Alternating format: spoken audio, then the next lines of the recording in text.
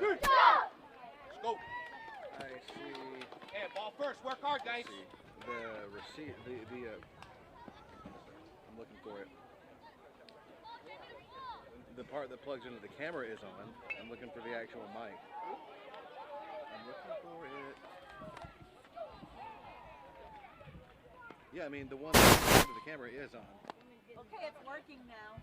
Have you guys been having a good time so far? Yeah, they just did. Another game up, another game down. Welcome back into the Calvert 10U World Series here on CTVBeam and YouTube Live, as Pacific Southwest is getting ready to take on North Carolina here in Phenix City, Alabama. Hello, everybody. Jared Dillard on the call for today's game between North Carolina and Pacific Southwest, as giving you the current weather outlook currently right now. In Phenix City is about 90 degrees. It does feel like 96 on the field. Thankfully, the clouds started rolling in, and we're hoping that we can miss some rain as will be coming through. We'll keep you updated on what's going on around us. A lot of people know rain and thunderstorms ruined the festivities yesterday, but for right now, it's been going off without a hitch so far. I'll give you an update on a game that's going on currently on field 2. Connecticut is beating Southeast 2-1. They're in the top of the 5th inning. Or excuse me, they are now in the top of the 6th inning. Connecticut leading 2-1, and Southwest with only 3 outs left as they're facing a full count right now. And Pacific Southwest is lining up and warming up currently in the field. Pacific Southwest did a great job yesterday in their game.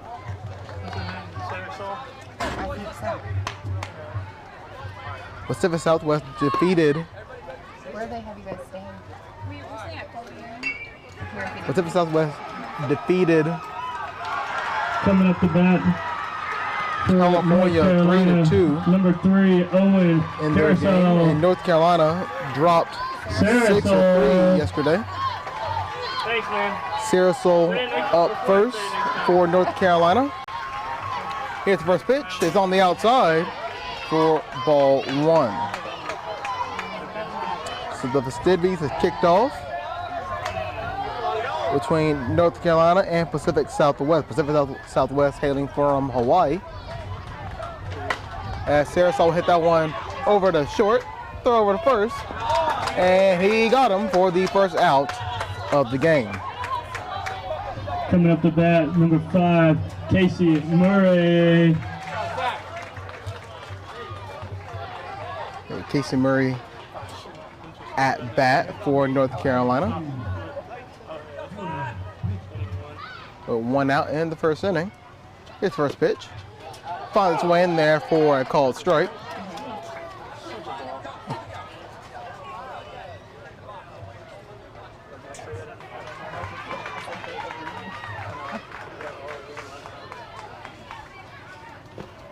And Murray takes a big whiff of that one and quickly finds himself down 0-2.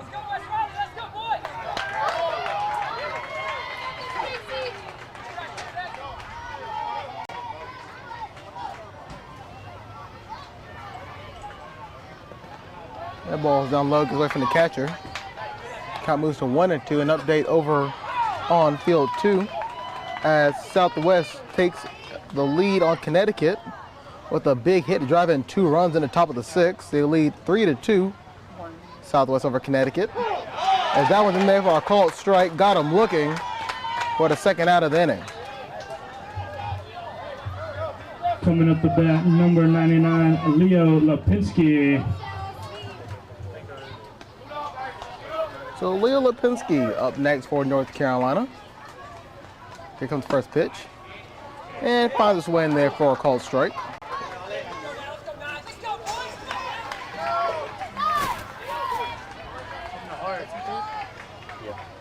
As here comes the next pitch.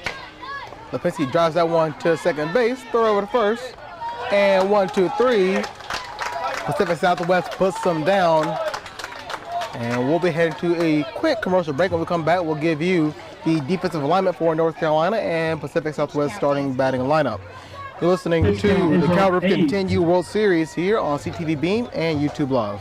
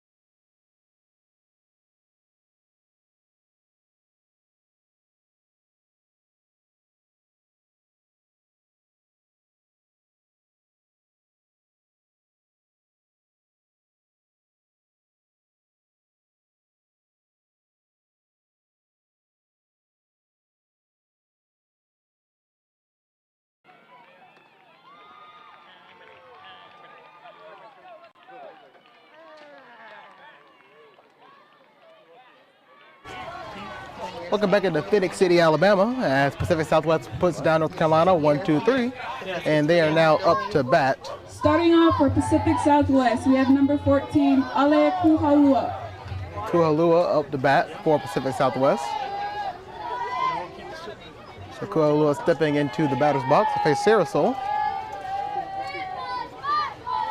First pitch misses for ball one. Here's the defensive alignment for North Carolina, starting in left field. Lupienski, center field Morris, and right is Bradbury. At third is Gaston, and at short is Tyser. Next pitch fouled off.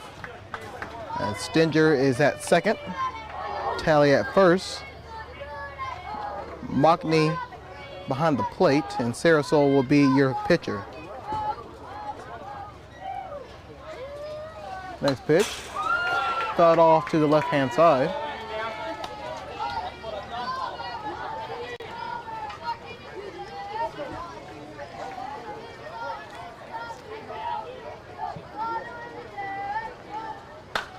And that will be driven into left field, and it'll be routinely caught by Lupienski.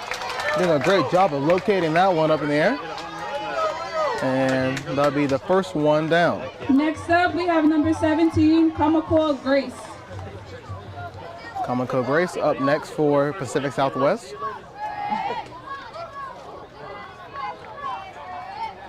We got first pitch by Sarasol. Grace swinging a miss for strike one. Who's in the field? What team is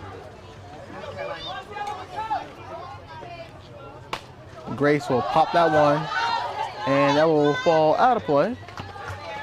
And Grace quickly down 0-2.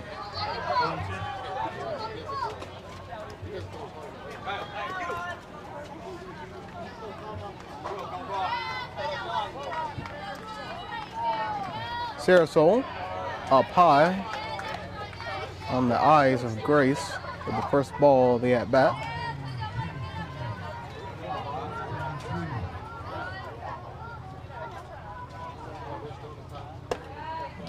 That one up high again over the head of Grace. And quickly battling back, even up the count at 2-2.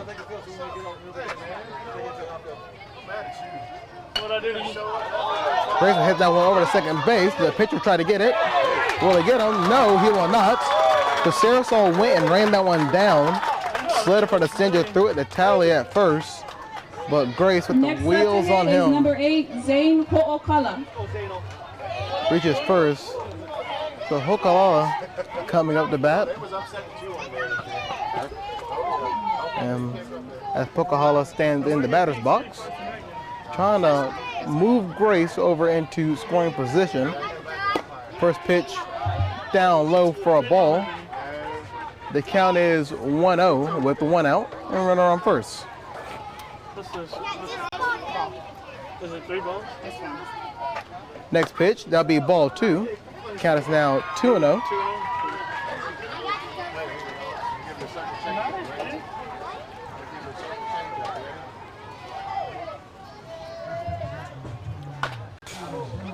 Ho'okala will hit that one over to the left field side foul.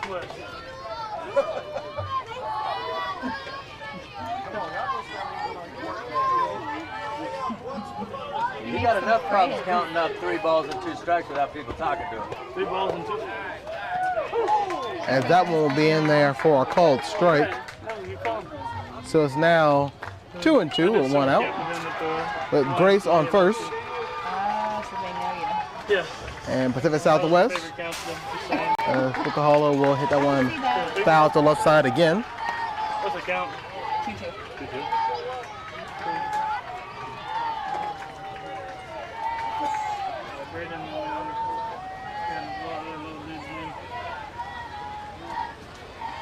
Next pitch to Ho'okala. He'll hit that one to the left field side again. Coach, no hands, come on.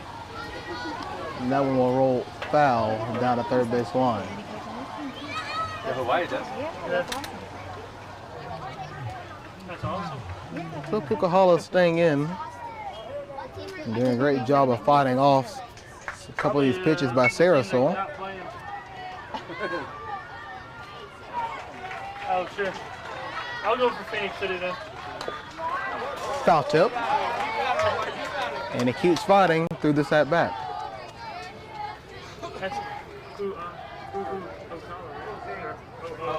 Oh.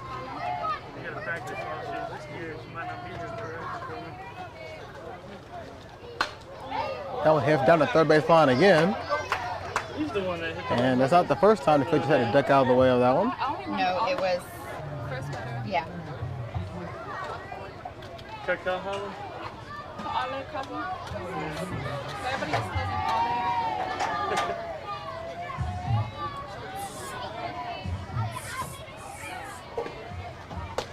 Next one's in there. It's way inside as Grace steals for second. And he got him. A great job by the catcher, Mockney, throwing it down with Tyser covering second. And Grace is caught stealing. And that'll be the second out of the inning. So it'll be a full count, 2 outs. Payoff pitch. And still fighting. He fouls that one off to the backstop. Appreciate it. I put a bug spray on. Oh, that just went all up in my nose, dude.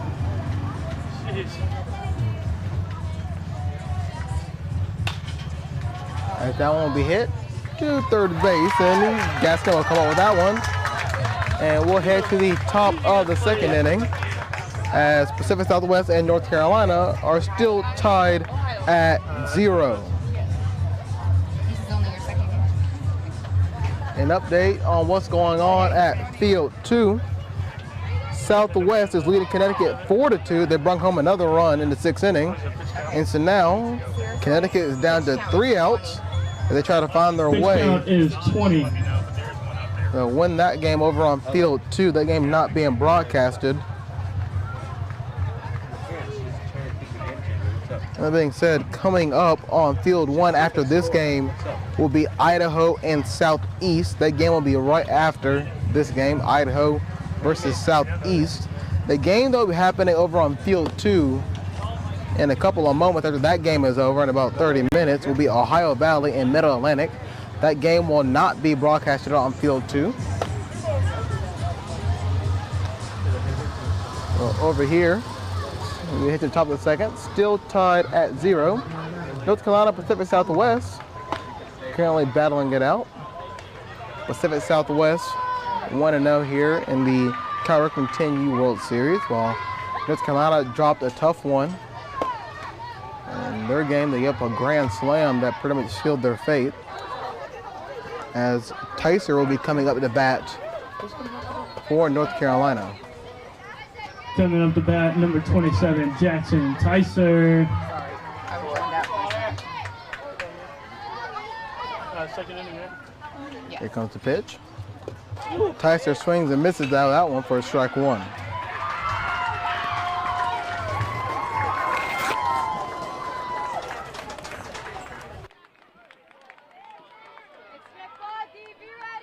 Ball first, work hard.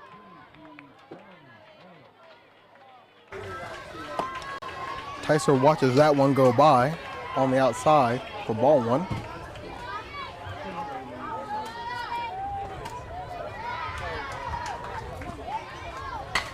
Tyser, a hard hit between the gap between third and short. And that'll be a single for Tyser. He's going to be unbiased over here.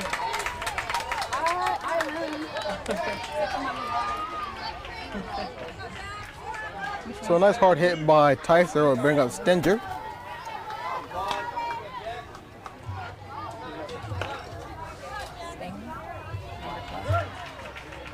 As here comes the first pitch, and Stinger will hit that one over the short. 1 and 2 for the double play.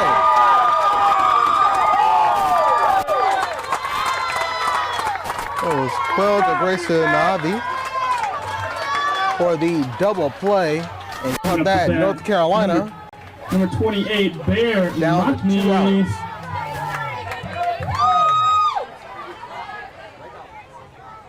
Up next is Mockney. And he'll watch that one go for strike 1.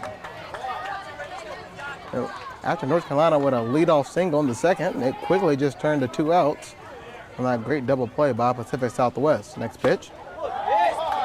finds the zone for strike 2.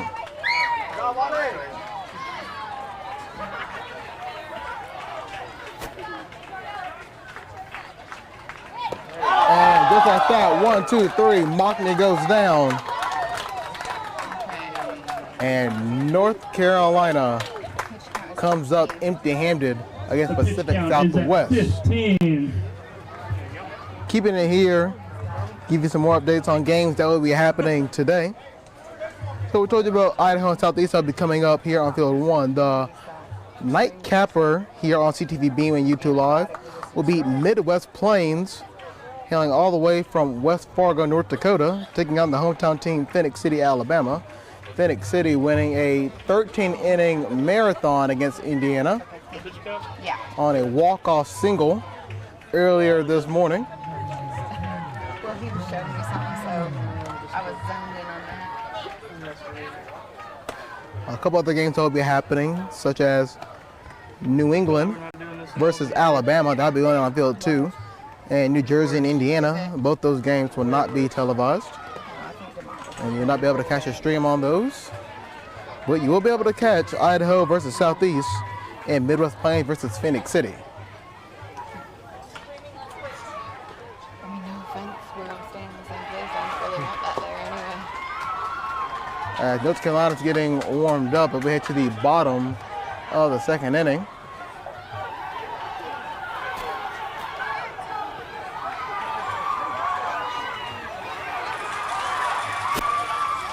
As Pacific Southwest is getting ready to go. As an update over on Field 2 between Southwest and Connecticut. Connecticut brings home a run and is now 4-3 with 1 out. As Connecticut is trying to stage a comeback and get their second win of the World Series.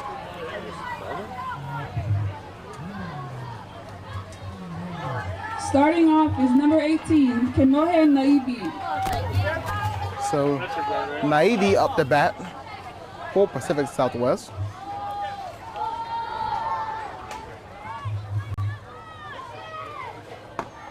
First pitch to Naivi is in there for a strike.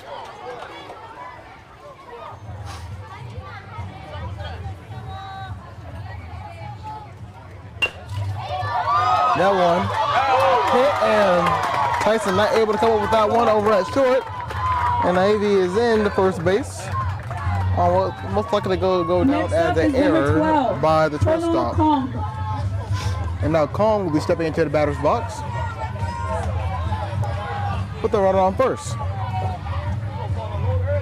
I got you, dude. Appreciate it.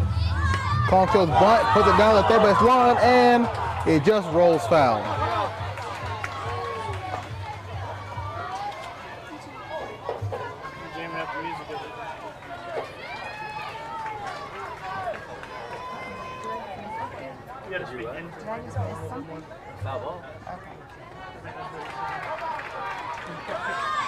Kong chose bunt again. However, that was way outside for ball 1.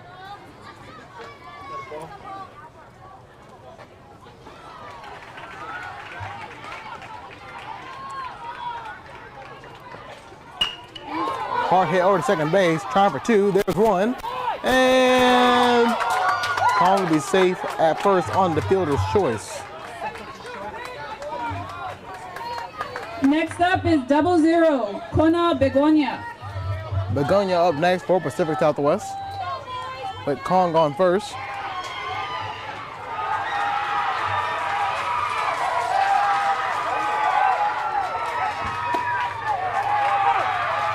Four pitches in there for a strike.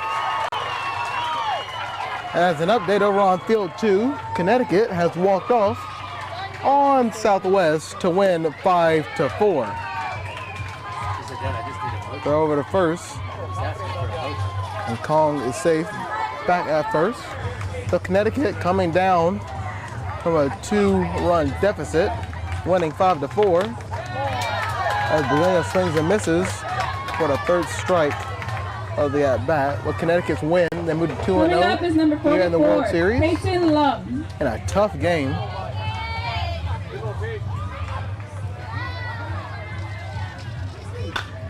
As Lama hit that over to second base.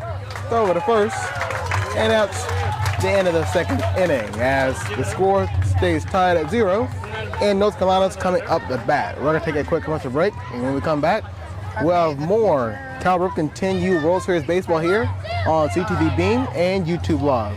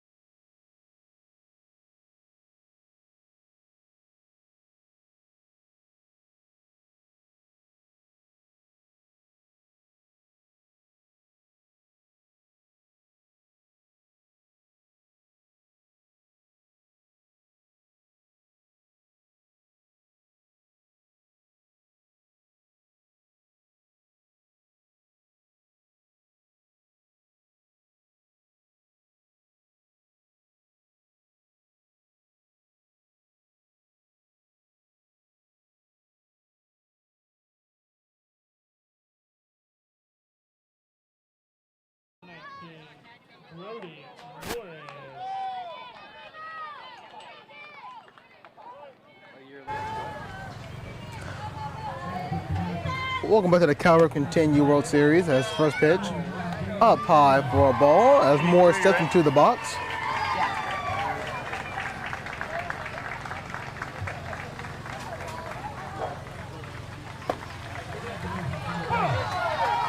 The next pitch is in there for a strike.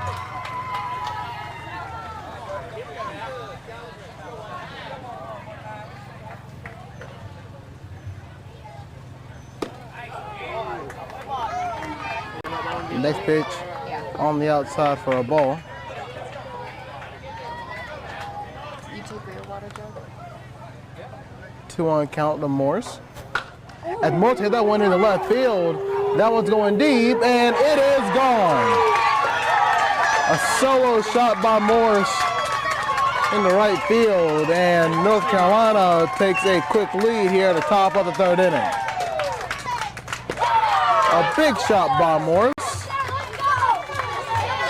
And North Carolina happy and elated to take a 1-0 lead here in the top of the third inning. Coming up to bat, number 7, Luke Talley. The Talley up the bat with North Carolina leading 1-0. That ball on the inside for a ball. He's a solo dolo, man. Not even worth it.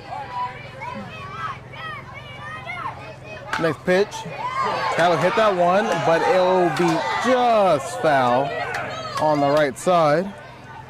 Count goes to 1-1. Thanks, man.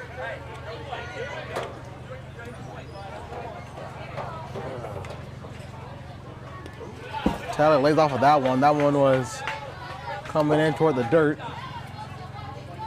Count moves to 2-1.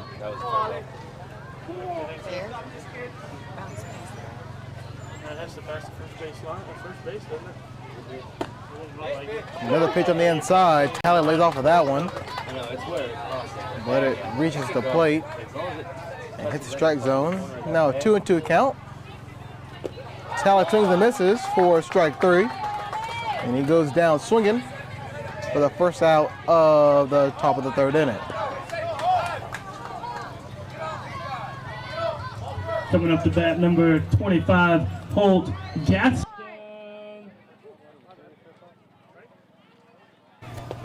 Gaston swings and misses for strike 1.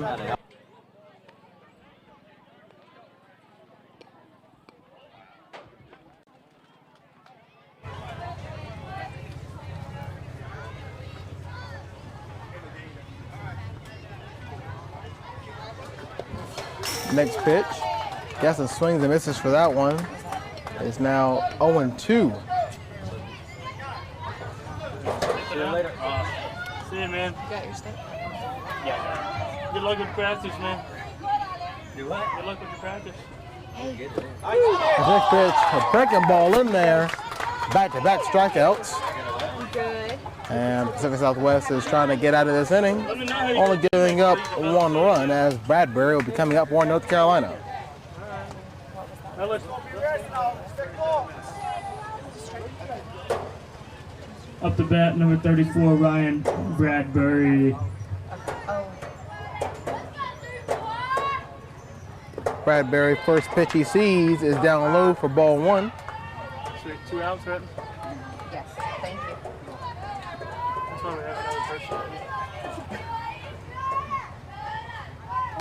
That one, did he get a piece of him? I don't think it did. Had a duck out of that one. It's 2-0 count.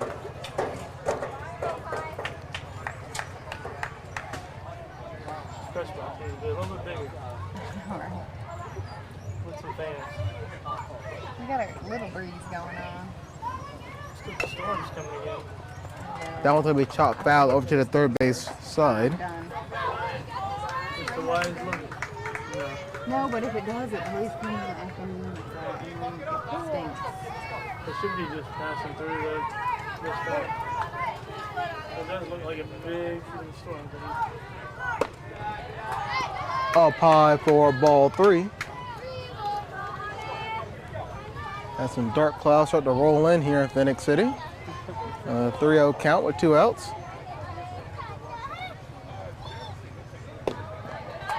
And ball 4 to Bradbury.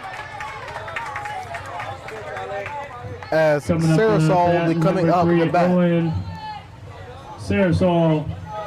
So Sarasol, who grounded out in the first inning, coming up here in the top of the third with a runner on first and Bradbury. And Sarasol hit that one over to the right field side. That will find the gap. As Sarasol rounds first, he decides to go back, but he gets Bradbury to third, and there's runners on the corners with 2 outs.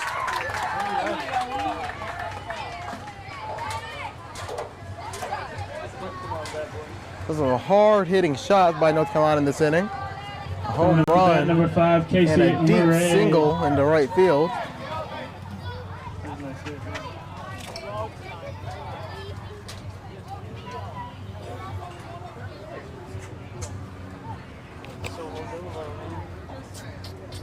It's now Murray. I'm gonna make sure I say that if he gets it.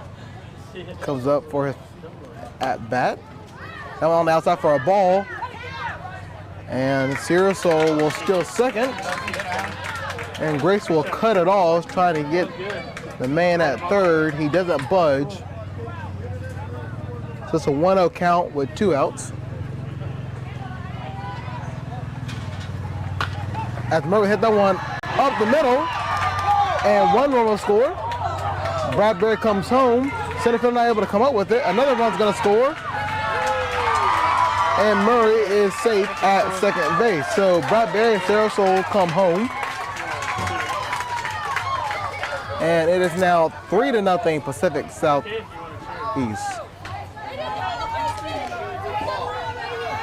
As the wind's starting to pick up here. Coming up to bat, number 99, Leo Lipinski. As Lipinski's coming up to bat.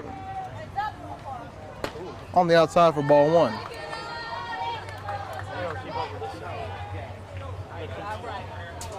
This is Lipinski and this is Lipinski. Yeah. Mid pitch to Lipinski. Oh, He'll hit that one over to the first base side and touch on first base for the out. now her life is 13, but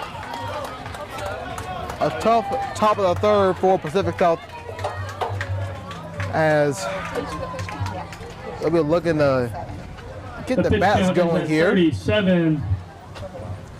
North Carolina bringing in 3 runs on a solo shot. And then on a RBI double, or 2 RBI single, excuse me.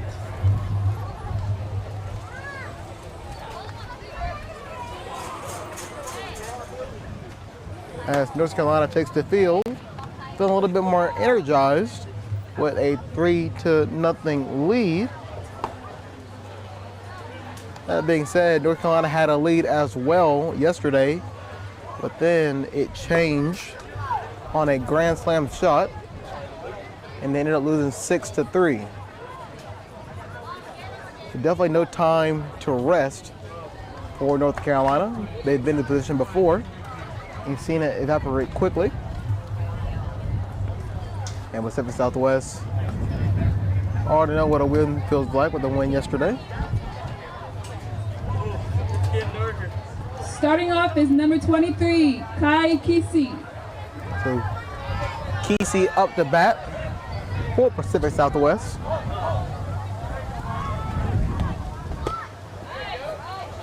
First pitch misses for a ball. What they're looking like. The wind's starting to blow very strong here in Phenix City, Alabama. Next pitch on the outside for a ball. Coming our way. It's 5 p.m. It's supposed to be 90%. Oh, then it's changed. As the next pitch, the Kesey is in there for a strike. As wind is continuing to pick up here. And Kesey swings and misses at that one for strike 2. But, you know, it doesn't mean a 50% chance. It actually means 50% of the population. What's the count? Kesey, that's a ball. It's now a full count. At the next pitch, Kesey swings and a miss for strike 3. And he will go down. Next up is number 13, Samston Quill. So Quill's the next one at bat. She's doing a great job. I'm thinking about hiring her. She might as well get paid while she's here, you know? First pitch to Quill. Hits the strike zone for strike 1.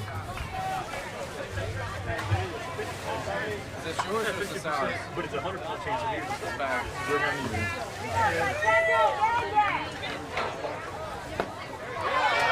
Next pitch by Quill. Swing and a miss for strike 2. As Sarasol continues to be phenomenal on the mound. Another swing and a miss. That's another strikeout for Sarasol. 2 straight strikeouts. Next up And is Pacific number 14, Southwest. Ale Kuhalua. As Kuhalua is coming up next. So the pitcher, Kuhalua, stepping into the box.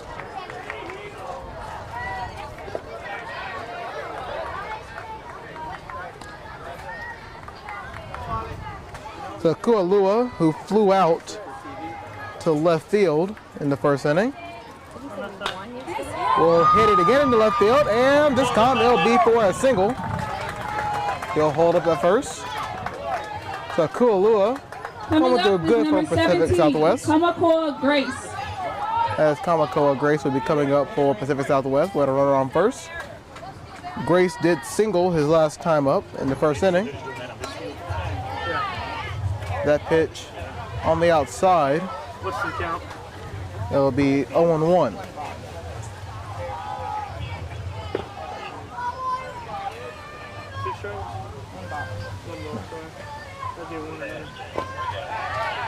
As the next one misses. It's now 2-0.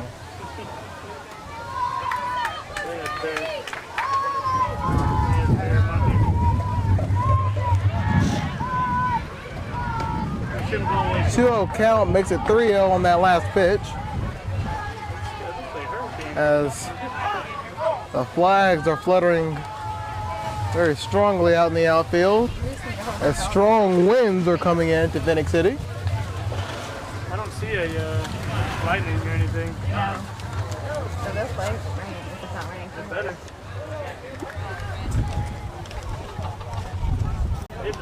After North Carolina breaks, the next pitch, that's going to be a walk. Coming up is number 8, Zane Ho'okala. The Ho'okala. What's he doing? I was like, what? A few drives? will be coming up to bat for Pacific Southwest. They took a timeout. However, there's time on the field in North Carolina to try to figure out how they're going to attack. Akulua on second, Grace on first, and Huakala Bounty Hunter side? coming up to bat. City, I'm on the west side. So the west side never really rains. No. The east side rains. I almost shed a tear. Oh, for a dog. So with 2 outs, Akulua on second, Grace on first, Huakala I used to watch that all the now at bat for Huakala. He flew out in the first inning. time, man. I love that shit, man. First pitch misses for ball 1.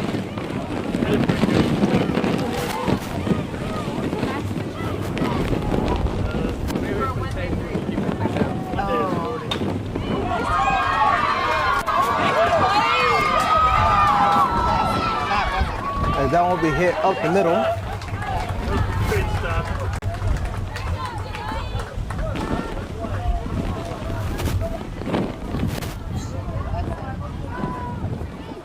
I think he just knocked the wind out of him. I mean, he landed. And there's a time on the field as the North Carolina player gets up gingerly.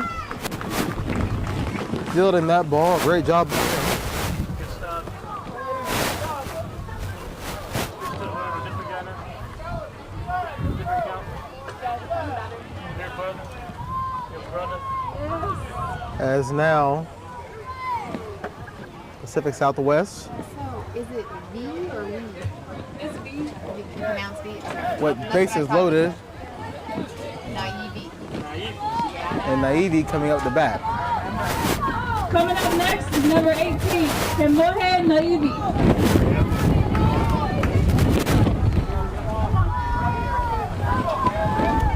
So Naive coming up to bat, that one misses for ball 1. Right here?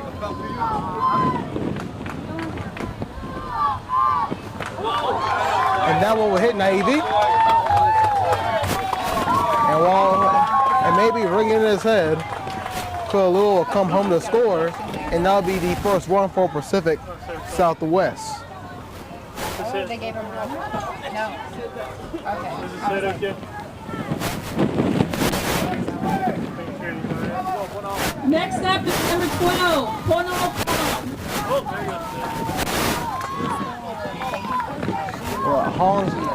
there you go. Kong coming up next. First pitch, Kong will hit that one foul to the first base side. Here in the bottom of the 3rd inning, it is 3-1, North Carolina over Pacific Southwest. The next pitch, it will be fouled off, and it's quickly 0-2.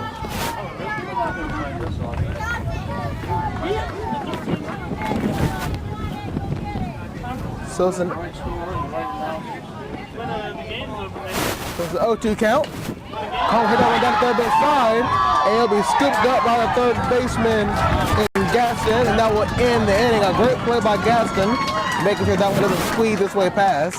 And while Pacific Southwest threatened with bases loaded, they did get a run across on a hit by pitch. They're not able to come up with a couple more runs. So we'll head to the top of the 4th inning, and we'll take a quick commercial break. When we come back, we'll have more coverage from 10U World Series Baseball here on CTVBeam and YouTube Live.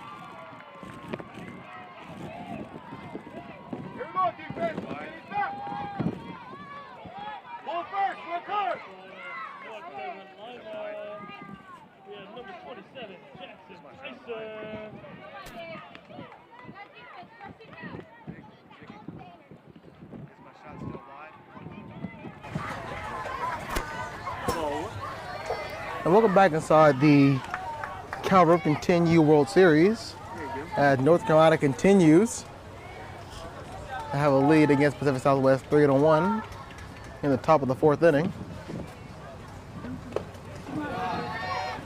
Count now becomes 2-0.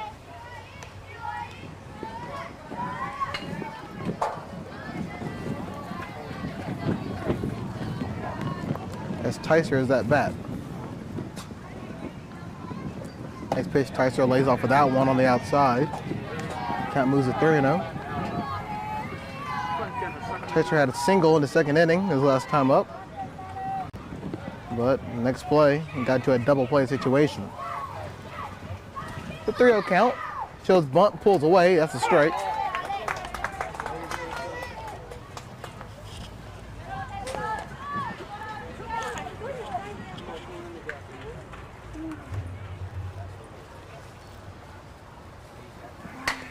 As Tyser hit that one to short, throw over to first, and he is safe. Just barely got into first base. Tyser is safe at first. A great hit and a great throw. The shortstop Quill, and North Carolina with a runner on first. With no outs. Stinger shows bunt. The ball gets away from the catcher. Catcher's going to hold on to it. And Tyser will be safe at second.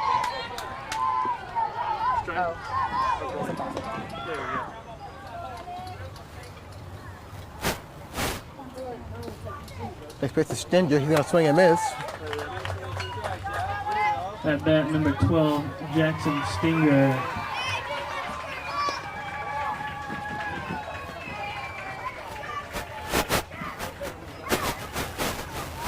Stinger, next pitch. Find that spot on the outside part of the plate for strike 2. As North Carolina's going to try to continue.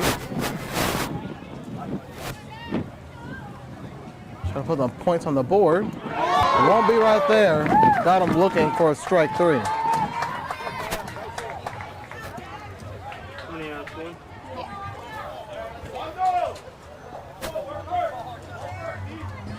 Coming up to bat, number 28, Bear Mockney. So Mockney's up to bat for North Carolina on a runner on second. Mockney hit that down the third base side, and that's going to be fair. As Mockney rounds first, and he'll stay there. As Tyser will be on third. So runners on the corner.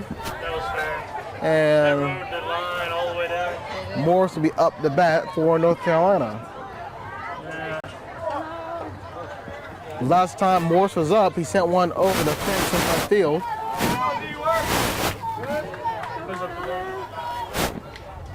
Coming up the bat, number 19, Brody Morris. So Morris looking to replicate what he did the last time up with a hard swing of the bat. First pitch is on the outside for a ball. Morris started the scoring last time around for North Carolina with the solo shot that put him up 1-0. And now he can bring in another run on a base hit. He's gonna hit that one into right field. The right fielder falls, and a run's gonna score. So Tyser comes home, and it's a tough one over in right field. Hukalua, as looks like he just caught a hole out there on right field and wasn't able to get back under the ball. So that's a tough one for Pacific Southwest. And it's now 4-1 North Carolina. First pitch in there for a strike. And Tally is up for the North Carolina squad. But Mockney on second and Morris on first. Next pitch is down low for a ball. Right now is number 7, Luke Tally.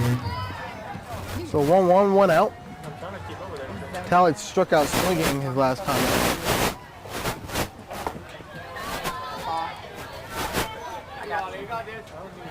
As that pitch misses for a ball.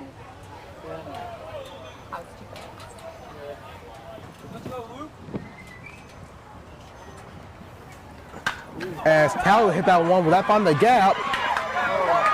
It will. Get past the center fielder, and North Carolina's going to bring a run home, a throw home, and he's safe.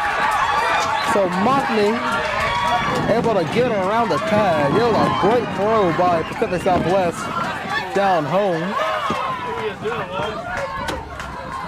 And it is now 5-1 North Carolina. So the runs are coming up plenty as there's now a stoppage in play. And this may be it. Look at Halua.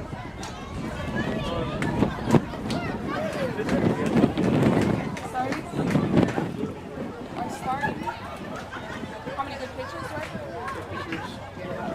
Yeah, we do our starting. Is that right? The one that's over there that just slipped. As Pacific Southwest is just trying to figure out how to get out of the situation. Runners on second and third with only one out. Morris is on third. Tally on second. Gaston will be at bat. I'm not going to make a pitching change. We'll try to do their best to get out of this inning. Coming up to bat, number 25, Holt Gadsden. So Gaston in the box. First pitch is in there for a strike.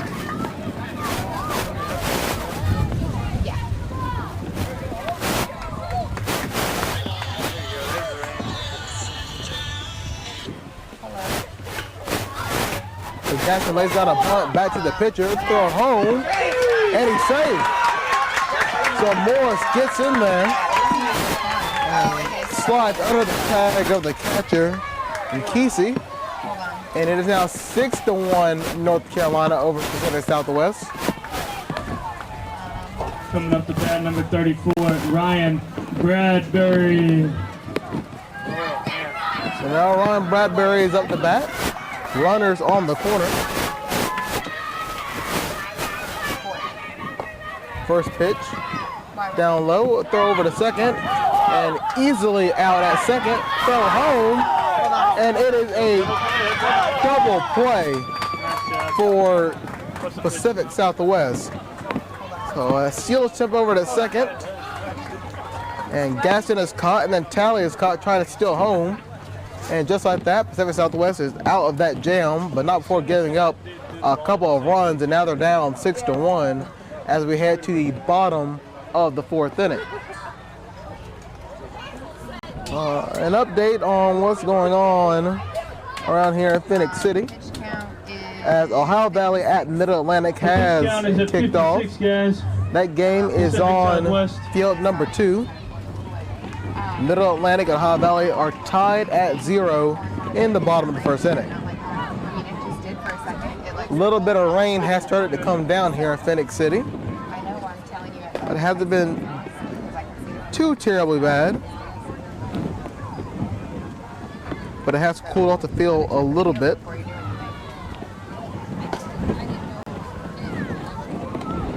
A lot of wind, a lot of rain, affecting a little bit of play. Yeah. Okay, he said yes.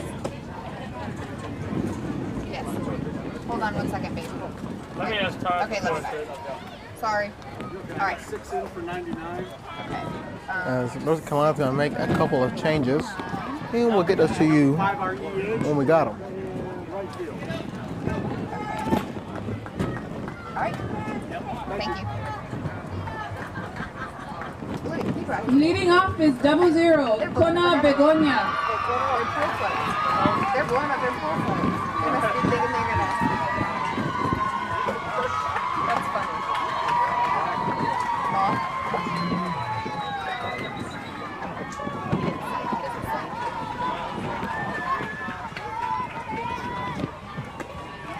It's delayed though. I said I should watch right there. What was that? Ball one? Yeah, I got it. North Carolina back on the mound.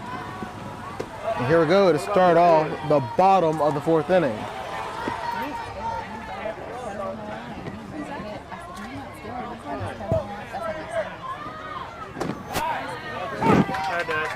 As Begonia watches that one go by for a ball 2. Yeah, my son and my husband. Katie had to ask time to make sure, but I think it was okay. Last time Begonia was up, he struck out looking in the second inning. Swing and a miss for strike one. It's 2-1 count to Begonia.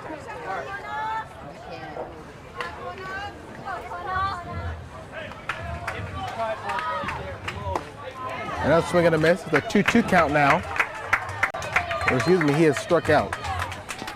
Next up is number 44, Peyton Lum.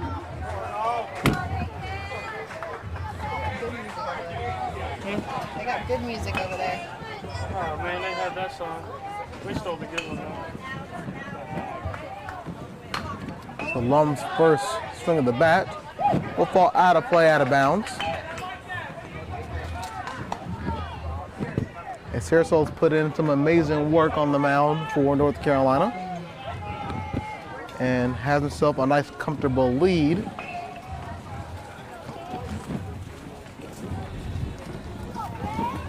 At the next pitch, Lum hit that one to the right side. That one's going to fall foul as well.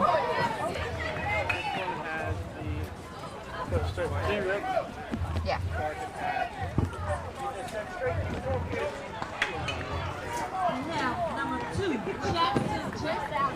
It's an 0-2 count for Lum. Hit by Sarasol. Able to hit that one over to the first base side. And Tally will cover first base for the second out of the inning. Coming up next is number 23, Kai Kesey. So Kesey coming out the bat for Pacific Southwest. Kesey struck out swinging last time up. He'll hit that one to the first base side. And Tally misses that one, just misjudged it on the hop. And Kesey is safe at first.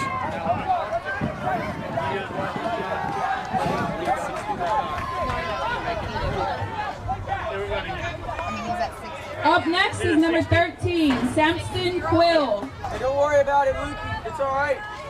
Up, down, left, right, wide. So Quill steps into the batter's box on a runner on first with 2 outs. First pitch, and the catcher misses that one, not able to come up with it.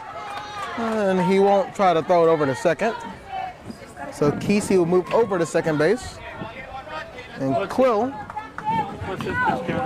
is now a 1-0 count for Quill.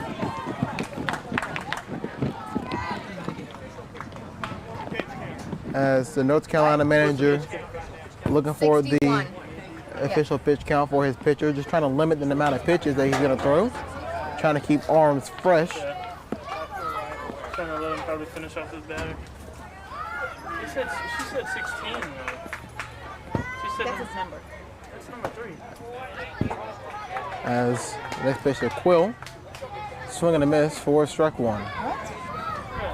So it's a 1-1 count with 2 outs as North Carolina leads 6-1 here in the bottom of the 4th inning.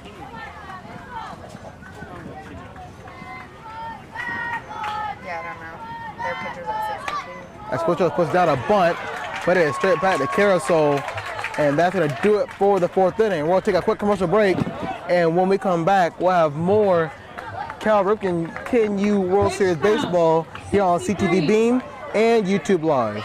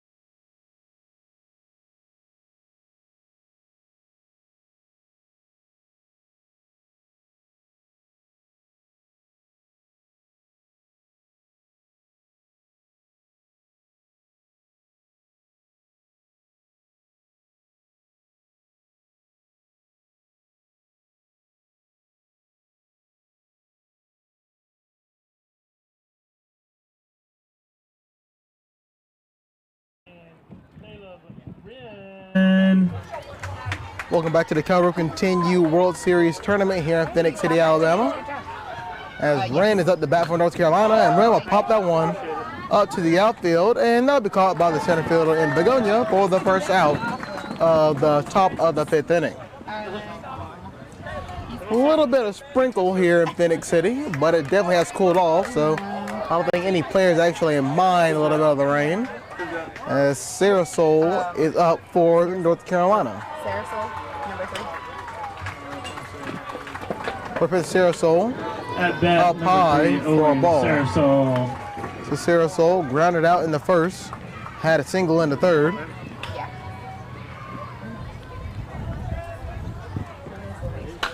As he'll hit that one into the gap in the outfield. Will it be 2? He's rounding first. As Begonia will throw that in, and will hit the cutoff man. So it'll be a stand-up double for Sarasol.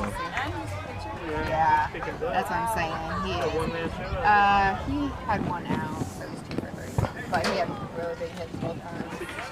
Yeah.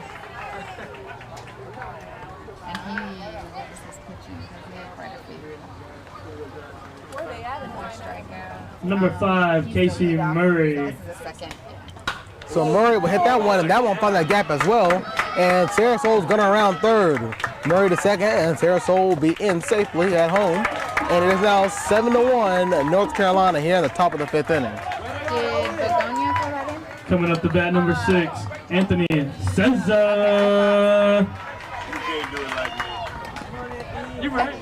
Oh, you coming on? Where did center field play yesterday? Hey, Okay, I man. was gonna say. How'd it go last night?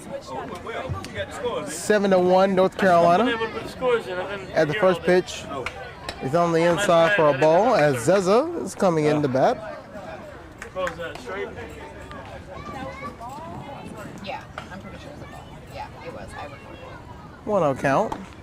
Zeza swing and a miss. That's a good swing, Anthony. With Murray on second. Do the script and all that stuff. The script. I don't know. You just told me to be here at 5. I'm here for you. I'll start it out. Next for you. pitch down low for a ball. Probably do better at it. Nah, you'll probably do better at it. You have that voice, man. They've already been ragging on me, so. Y'all been ragging on him? No, not us. She's defending me. What's the ball? What's the That one's down low. Yeah, 3 balls. There's now a 3-1 count. How many outs? 1. They had to get her up here. I need to ask. Oh, pitch count.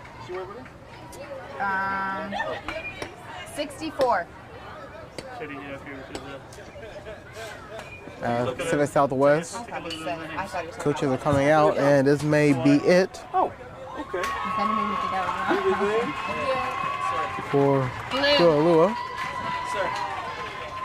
Blue. Full color. Do you have That was 3-1? wrong. Okay, thank you. Okay. Hey, get out of I here. was overseas with the Hawaiian guys. Get out of here. In Iraq, they were from Hawaii.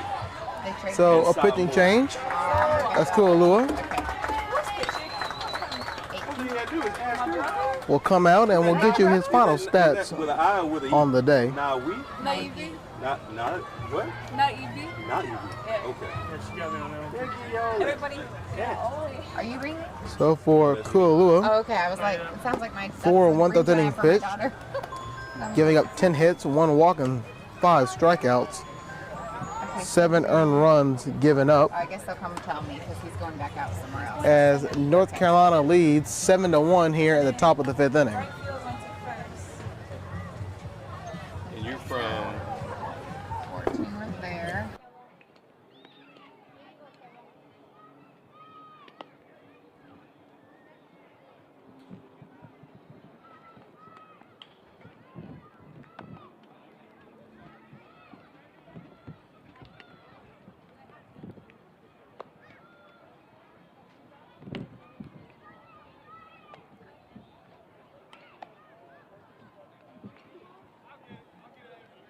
Is that first base? Okay. Probably. 0-0 and right? Okay. Is it 7-1 now? You got 7-1 too?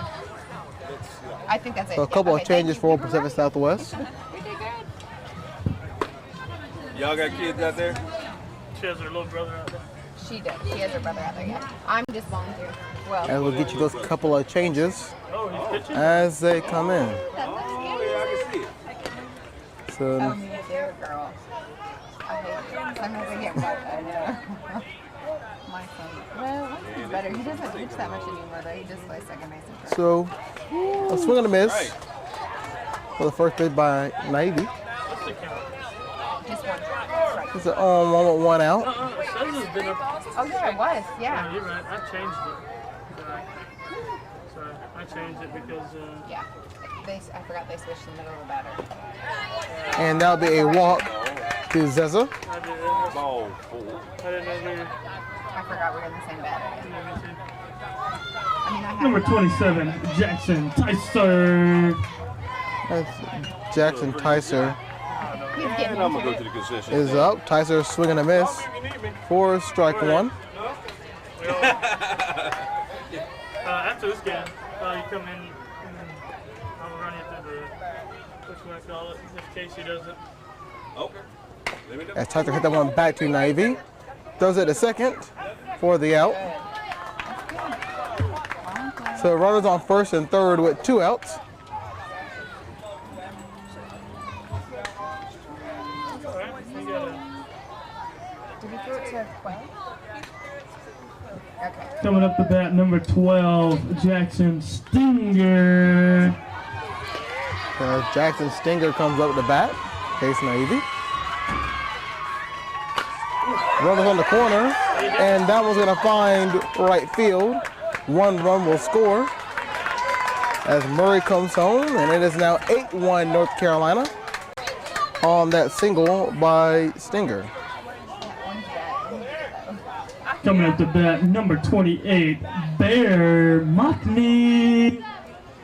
So Mockney comes up the bat as it is now 8-1 with two outs. Runners on first and second. just cut me off. Pitch by Navy. Yeah.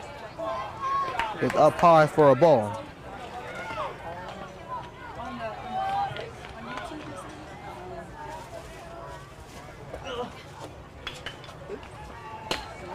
As Mockney hit that one, will find fair territory. It will. Right fielder bobbles it, and now the bases are loaded with two outs.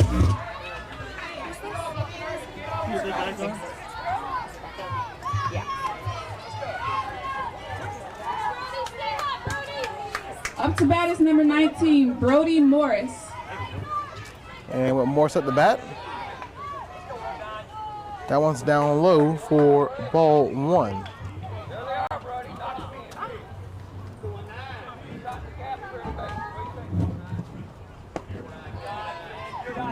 Next one will miss for ball two. For Morris, back in the third inning, he hit the solo shot home run over left field, and he singled his last time up. Swing and a miss. Count is now 2-1. Get on down, Brady. Let's go. You're all right,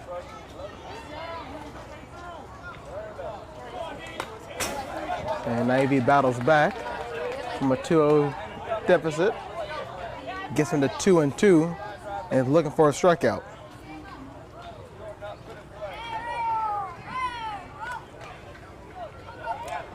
Two count. Morse fouled that one off.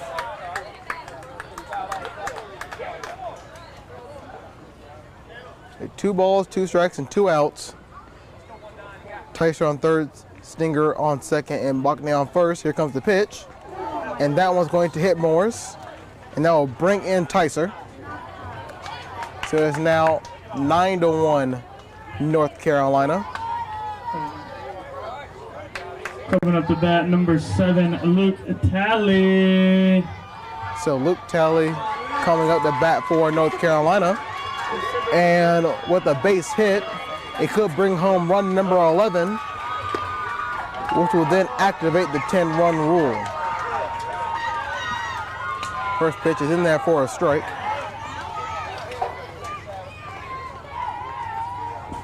Next pitch is swinging and a miss by Talley.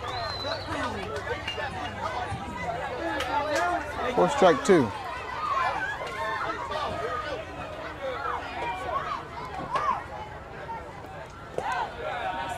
1-2 count, misses down low.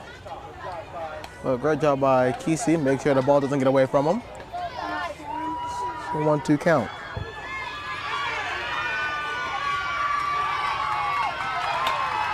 Talley will hit that one, pops it up, and it'll be caught by the shortstop to end the inning. But North Carolina takes a commanding lead, 9-1, as we head to the bottom of the 5th inning. Give you an update on what's going on over on the other field. Over on field 2, Middle Atlantic leads Ohio Valley 2-1 in the bottom of the 2nd inning. Middle Atlantic getting a run apiece in the 1st and 2nd. Ohio Valley got a run in the top of the 2nd. Well, they're going to head to the top of the 3rd. Is at 16. With Middle Atlantic leading 2-1.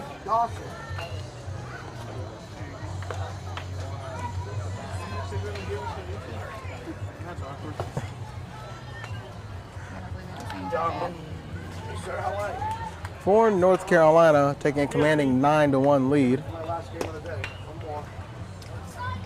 Already getting a win over Middle Atlantic yesterday. And they did it in an amazing fashion, adding in a grand slam as well.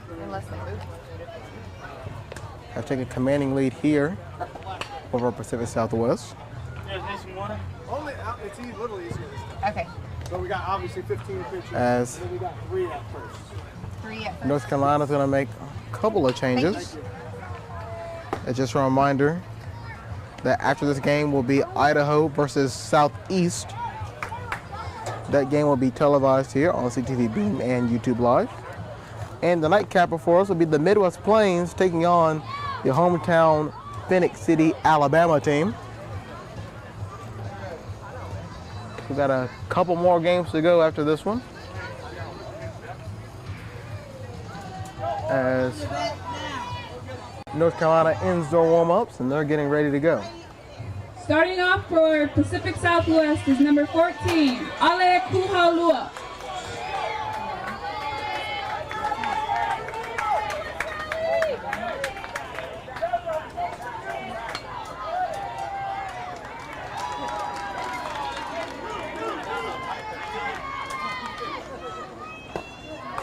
First pitch is in there for strike 1.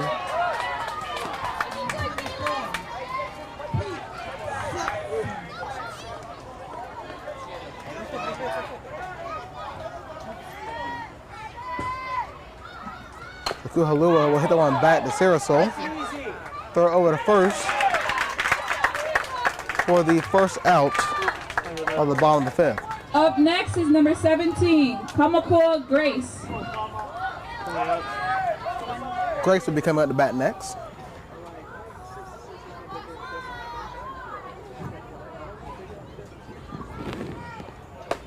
First pitch is in there for a strike. Grace, had a single in the 1st and he walked in the 3rd. Got all the way to 3rd before the inning ended in the 3rd inning. As the next pitch misses for a ball. Okay, thank you. As Grace had to duck out of the way of that one. It'll make it a 2-1 count with 1 out.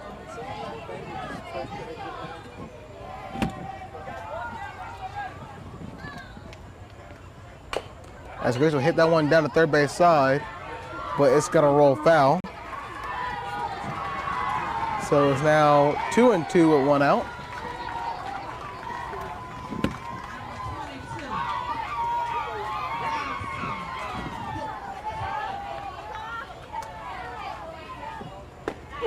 As he's gonna watch that one go by, goes down looking for Up next out is number number 8, Zane Ho'okala. Ho'okala coming up for Pacific Southwest.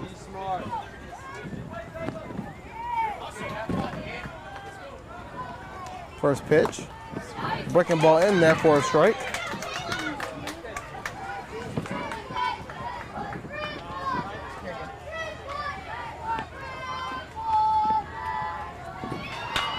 As Ho'okala will hit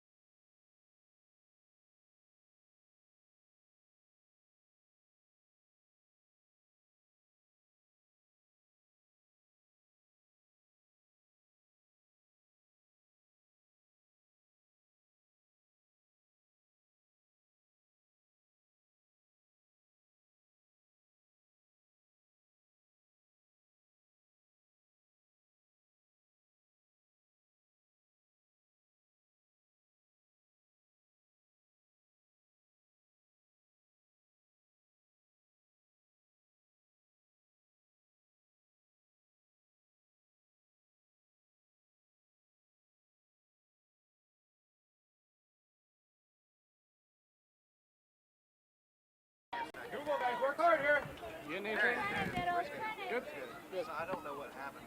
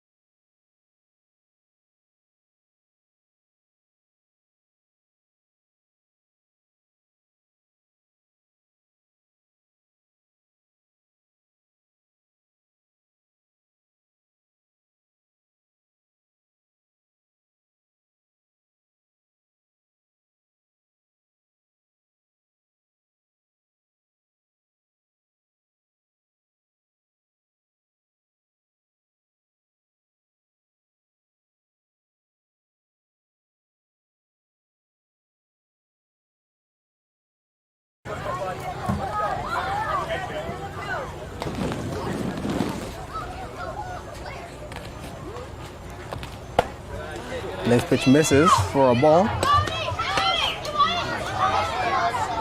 As North Carolina continues their lead, leading 10-1. Over there.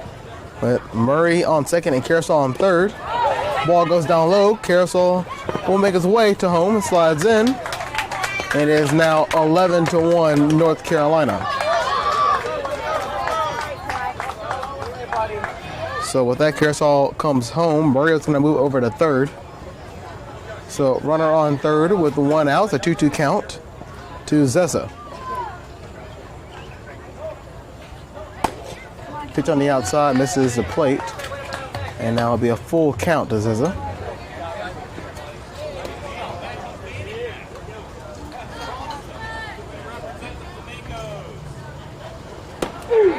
And that one's gonna find the outside part of the plate for strike 3. A great pitch by Navy. Try to get the second out.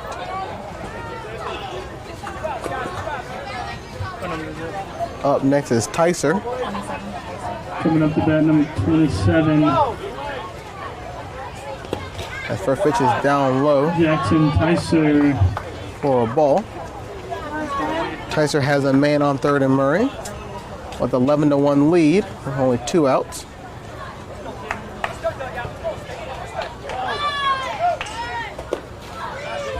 Next pitch is down low for ball 2.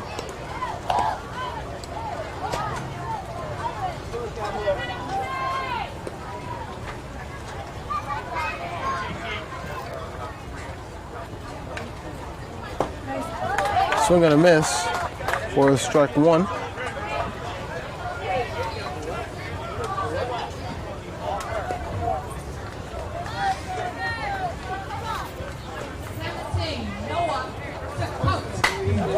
As Tyser hit that one over into left field. And Murray's gonna come home. That's an RBI single for Tyser. And it's now 12-1 North Carolina over Pacific Southwest.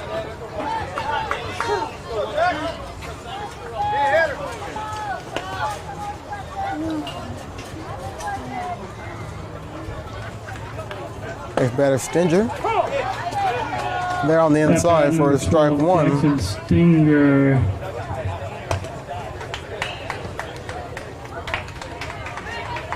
So Stinger facing an 0-1 count. Another one off. Quickly becomes 0-2.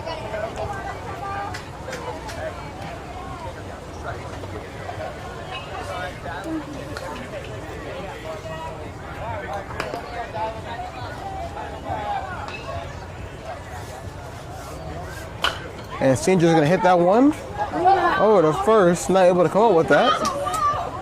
And that's gonna be an infield error for Pacific Southwest. And Stinger is gonna make his way over to first. Tyser will move to second. And with 2 outs, North Carolina continues Coming up to bat, number as 28, Bear Mockney will be up Mockney. to bat next.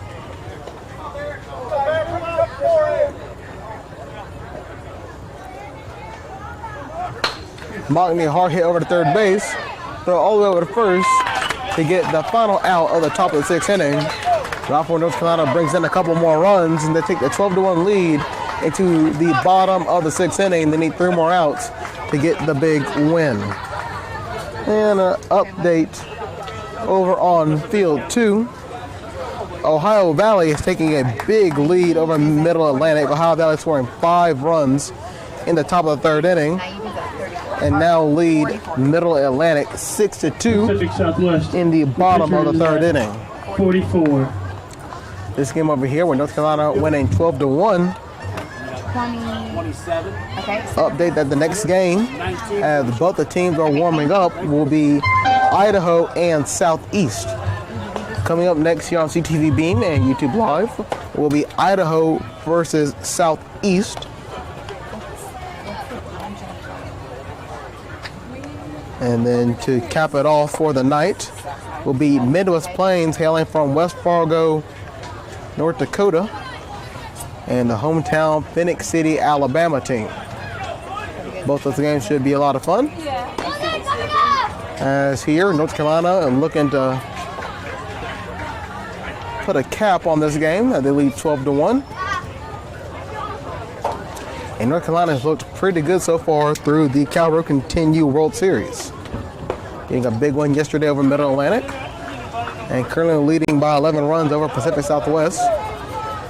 North Carolina is one of the few teams to win both games so far in the tournament. And tomorrow the tournament's pool play will come to a close. 12, Pono Kong. As Kong will come up to bat. Tomorrow will be the last day of pool play where everybody's determined where they'll fall at in the bracket. And that's when the real fun starts. As the first pitch to Kong. The breaking ball that misses the plate for ball 1.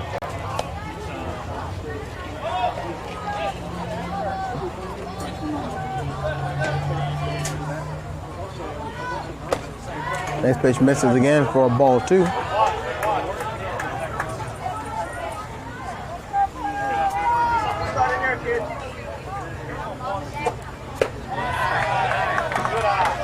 That'll be ball number 3, trying to find the outside part of the plate. But Ren's not able to find it. He threw a pitch, and that one's going to be ball 4. So Kong watches 4 straight pitches. Up next is 00, Kona Begonia. As Begonia will be coming up next as center fielder.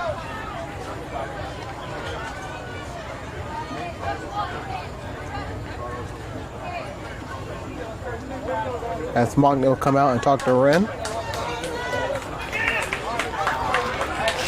Just looking to get those final 3 outs on the day.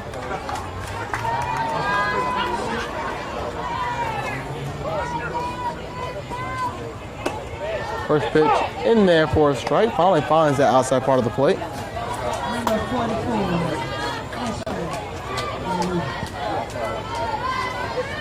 As here comes the next pitch. As Begonia hit that in the left field, and now we're going to go all the way to the back of the fence.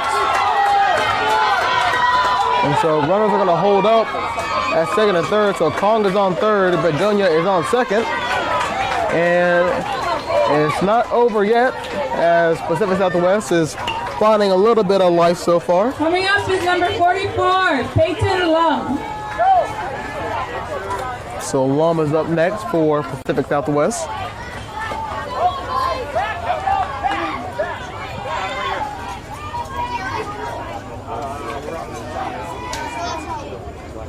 First pitch, Lum's gonna hit that one over to short. So all the way to first to get the out. A run will come home. So that'll be a fielder's choice RBI. As Kong comes home, Begonia will move to third, and that'll be the first out of the inning. So Kesey will come up with a runner on third with 1 out.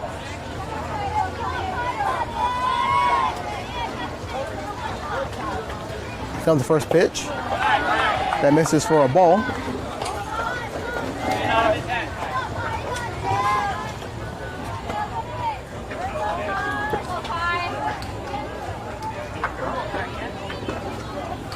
Next pitch, and Kesey's gonna hit that one to short. And the shortstop not able to come up with that one, so that will be an infield error by Morris. So Kesey stays at first. Begonia comes home on the error. And it is now 12-3 Pacific Southwest with one out here in the bottom of the 6th inning.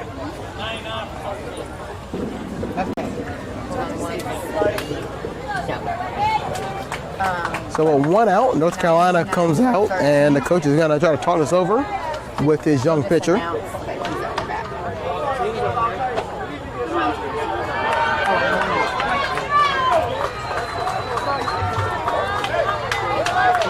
Up next, we have number 99, Tyson Kameoka. Tyson Kameoka coming in, bat.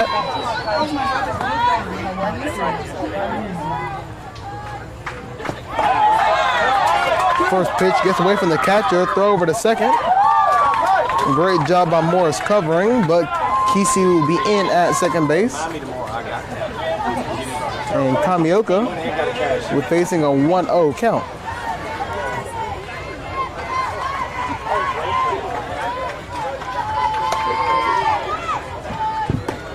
Kameoka watches the next pitch. Go by. Hold on, because somebody's connected. They got to disconnect. You good? Okay, we're good. Sorry. So 1-1 count, 1-1 out. Connected over there.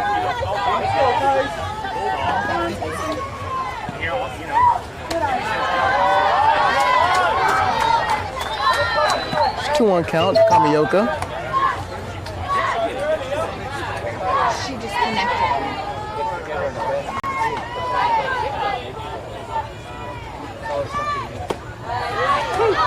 Now then there for strike 2.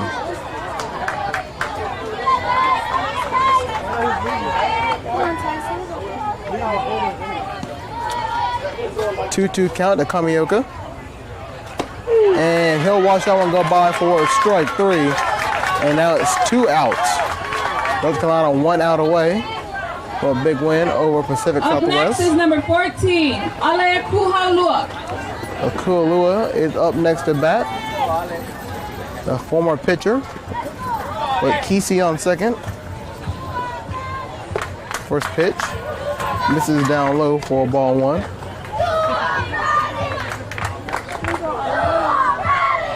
For Kuhalua on the day, he is 1 for 3. He had a single in the 3rd inning. Watches that one go by for strike 1.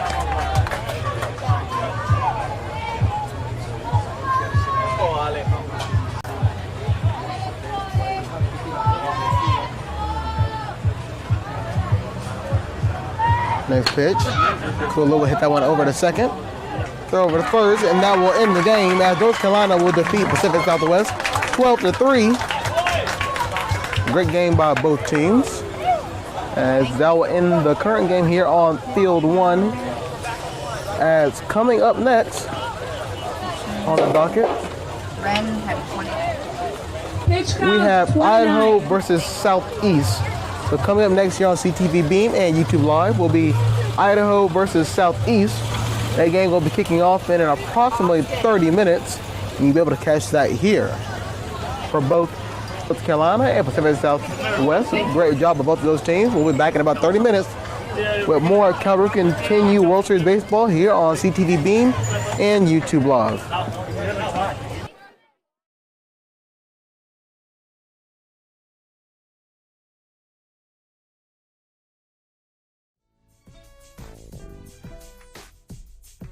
Team has very much been intact. In fact, in many ways, since they were 8 years old, and we've gotten better and progressed and improved each year. Last year we made it to the World Series, but we were second in the region. This year we were able to win our district, win states, and win the region as well. So very proud to be here and kind of build on those experiences. We have many quiet leaders on this team. We have some very loud vocal leaders. And truly they each take a moment to step up and rise to the occasion. I think one of the things that I will be most proud of was part of the state tournament. The team actually was recognized for the Sportsmanship Award. So I think it's a testament to their character both on and off the field. I will say that it's been an absolute just joy working with the kids and getting to know the families and the parents, and it's been something really special. And we've known them for a long time, but this year has been that much more. Just kind of earning our way each and every day, and winning that region this time. So that was fun. Yeah, we like to say Rockville rolls deep. I mean, you guys obviously can't see it on the camera, but we got a huge fan base here behind us. They travel wherever we go, and they are loud and they are proud about what they do, and they're supporting this team. Beyond that, the community's been fantastic. I mean, we'll drive down the road and you'll see our picture on a church banner. The families have rallied around, helped with car washes and raising funds and things of that nature. So it's been really exciting to see that and feel that. And I'll tell you, we also had a really cool moment. Some of us flew down here. When we got on the plane and we sat down, the pilot actually, before we took off, said we'd like to welcome the Rockville team. They're headed to the World Series, and everybody on the plane clapped. That was kind of a cool experience as well.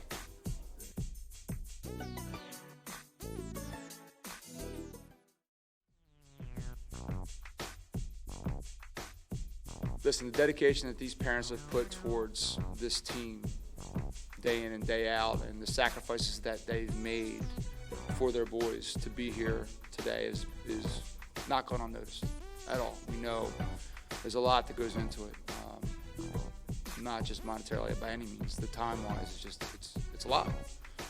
But the kids are dedicated, the parents are just as dedicated, if not more so. So it's not unnoticed, and it's much appreciated. These boys behind you are all great athletes, really very good in other sports. So that has been helped that drive and that their performances. They play a lot of sports, and they know it hard work, they know dedication, and we do it. We do it 9 months out of the year. We play in the most competitive tournaments in the Northeast, so they're prepared. They've accepted these challenges, and that's why they're here. They did a heck of a job. Year after year, these last 4 or 5 years, these kids have really put in a lot of time, effort. Their families have done the same, and we're ready. We're ready for this challenge. It's starting tomorrow, so I think we're prepared. Again, we said 16 teams in the country get to come out here as 10-year-olds. We've done a lot of tournaments. We've done a lot of, you guys probably all know the way baseball works these days with these weekend tournaments and this and that. But this is really something that they got a challenge to play for. Something that not every kid can just go out and pay the fees and enter a tournament. This is something they were rewarded with for the work they've done, and I think they're all excited. I'm just happy for them to get this opportunity. Again, just to be here, go through the whole week, meet the other kids, spend time with their families, travel. It's something that they're all going to look back on years from now and probably really cherish this experience. So I'm excited for them and their families. So. The last pitch went through and we got that last out was Coach Chris came to me and said, that's why we went through what we went through, and this is why we're here. It's a lot of time, a lot of dedication, and it culminated in that win, which was a great feeling, not just for us, but for the boys more so. It was to see them celebrating the win was such a fantastic thing. It gives you goosebumps to see it. You say it time and time again, they're at that point 9, and now they're 10, but not always about the wins and losses. It's about developing, getting better, and to see that and see them enjoy that and get to enjoy that was great. And a great feeling. I had goosebumps.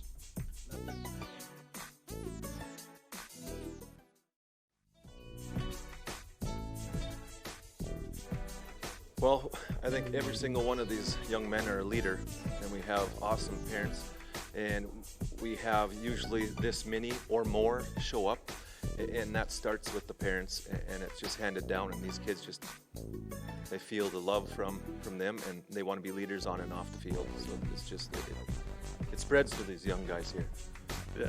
A big thing for us is a lot of these guys have brothers that have played in World Series or regional tournaments and things like that, and families are totally invested in our success in our team throughout West Fargo baseball, throughout our organization, and they see that success and they are striving for that to maybe even one up the next team, or something like that. So they see that success, they want it, and they have put in the work to go and get it. So Well, we started out in the gym, of course. It's cold in March up in North Dakota, and we were throwing balls around the gym, and they're great athletes, but when you first start out, everybody knows things don't go our way, and balls were hitting the bleachers, and now we're snapping the leather, and the ping of the bat is a beautiful sound with these guys swinging it. Yeah, I want to get out there and have fun, just knowing that you're not going to win every game here, and there's a lot of tough teams, so you shouldn't show that. You shouldn't show mad emotions just because not everyone gets to be here, and it's something that it's almost a once in a lifetime opportunity.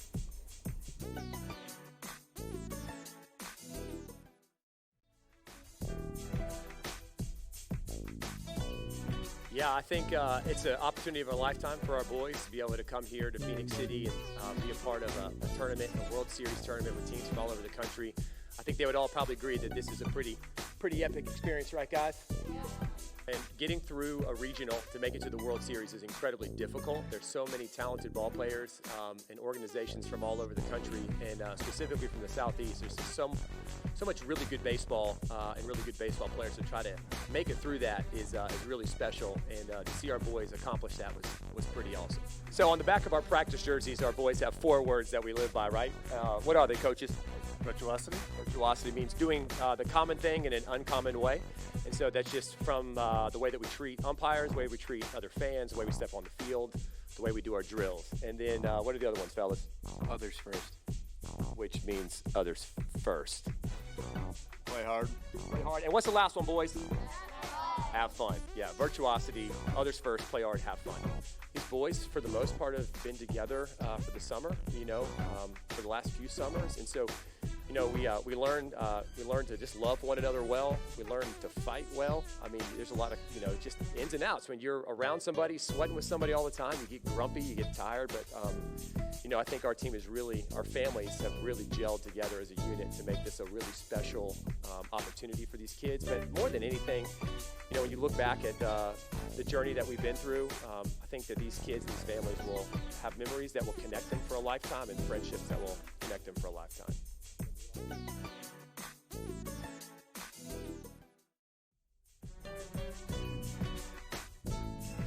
Here as coaches, we're excited for the kids. It's the experience of a lifetime, and we're grateful to be here. So it's something we're looking forward to. We have a pretty good tight group. We're all from the same community, so we're not an all-star team. We all live basically in the same neighborhood, so it's a big accomplishment for us. And the longer the season progresses, the tighter the group gets, and they're starting to learn each other, feel for each other, and it translates into the field. So a lot of that stuff helps out. It's pretty much been said. The boys have come together a lot lately. We've seen a big improvement in them, like he said, finding each other and realizing where they're going to be on the field and being together as a team. And it was a struggle throughout the year to get them. That was one of our main goals. Athletically, they're there. They play well, they're tough. One of the things that we really tried to work on throughout the year was getting them to be more of a team, be more together, so that they could make things work out together. When you're together, it works out better. Everybody needs to take charge out there. Everybody needs to be a leader. It's not also only just on the field, but also it's, something they can do as a person outside of the field. And, the teaching lessons is not just for baseball, but it's also the outside world, to be leaders in community and to be someone people to look up to, yeah.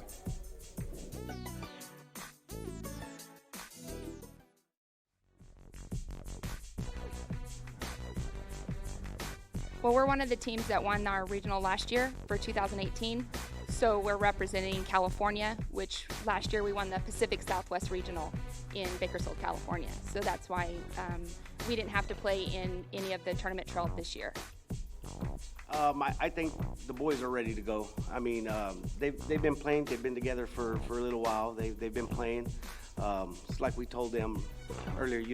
When you're playing California baseball, you tend to face a lot of good competition, and these boys have been battle tested. and they're ready to go. So hopefully the weather's in our favor. I hear there's some rain on in the forecast, but hopefully it just passes us by and let us do our thing here in Alabama. They're special.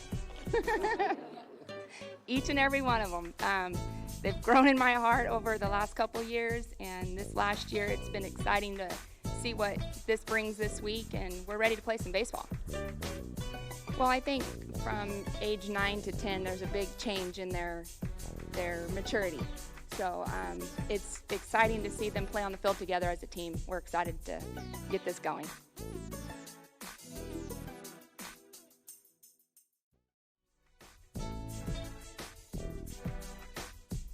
These boys have finished their all-star season through this World Series 28-0, and that came from a lot of behind tournaments. They came from behind, worked hard together. So as a team, they played hard, and that was the funnest thing in the regional tournament, is watching these kids actually fight for what they deserved to win, and they did in the end. Last year All-Star team, and 11 of these kids are returners from last year's All-Star team, and they dominated their opponents. This year we went out and got harder teams to play, and so some of those teams actually were very, very difficult, and we had to battle behind. And this team grew as 12 young men versus 12 individuals. You know, it's easy to get wrapped up into all this stuff. It's a great experience for these young men. One of the top teams in the country, coming a long way from Washington State, but it's simple baseball, 10-year-old baseball. Play it. Well, simply put, they represent the Pacific Northwest, and I know that's not the answer you're looking for, but you know, these kids have worked so hard to get here. Like Coach McClure said, develop the friendships, and the parents have been a tremendous benefit to us. These families have put, all these families throughout the entire term have put a lot on the line, not just costs, but the time involved with each one of these young boys. And, you know, so I'm just thankful that they're down here and playing in the World Series. We haven't been a lot. You know, we flew in, we went right to our hotel, and I think everyone fell asleep. So we haven't been able to see much of Alabama so far.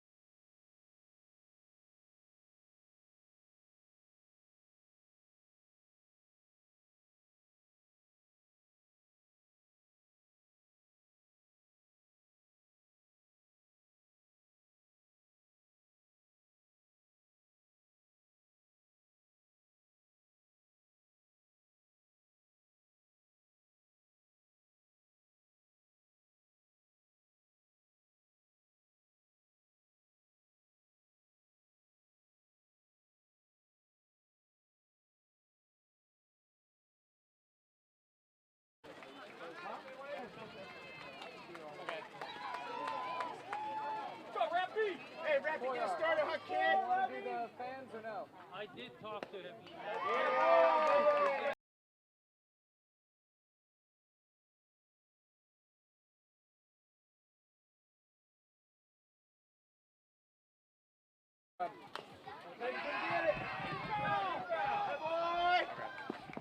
Sorry about that. Boy, Z. Oh, yes. 0-0-0. Guess Let's not. go. Get you Yeah, I guess not. Boy, Rappy. You know if he's coming through or not. 0-2-3. Back the ball, D.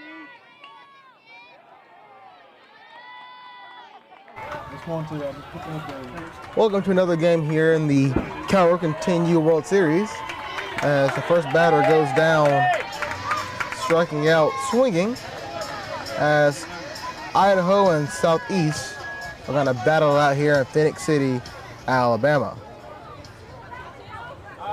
So we are going down, striking out for the first out of the game. As the next pitch by Rapp will miss. It is Fry up to bat for Southeast. And we'll give you the defensive alignment for Idaho in a second. Defensive alignment for Idaho is Allen in left field. As that next one will be fouled off. Fry fouls that one off himself. Swanson's going to be in right field. Zanito will be at third.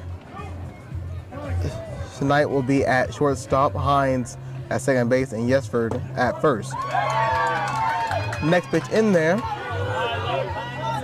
It's a 2-2 count with one out.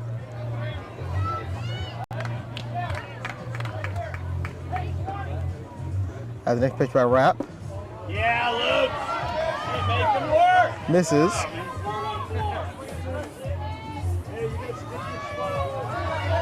We're going to make it a full count. The full count pitch. As Fry will hit that one to Hines. Hines throw over to Yesford. That'll be the second out of the inning.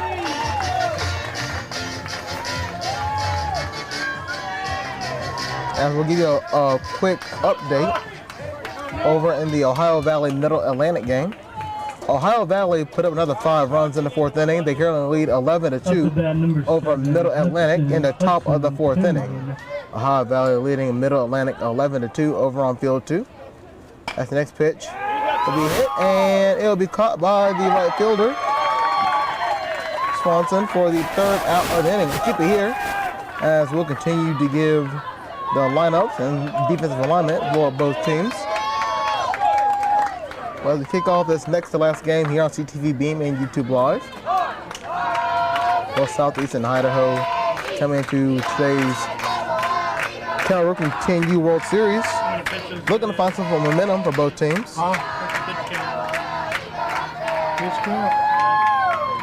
For Southeast, they were defeated 15-0 by the Alabama squad. And Idaho lost on a walk-off by New England. That was a tough one for Idaho to swallow. Idaho, the pitch count is at 11. Both of these teams are trying to find a little bit of momentum after that first day and make sure those losses don't get to them too much, because losing 15-0 and then losing on a walk-off, both of those are pretty hard ways to lose to start off the World Series.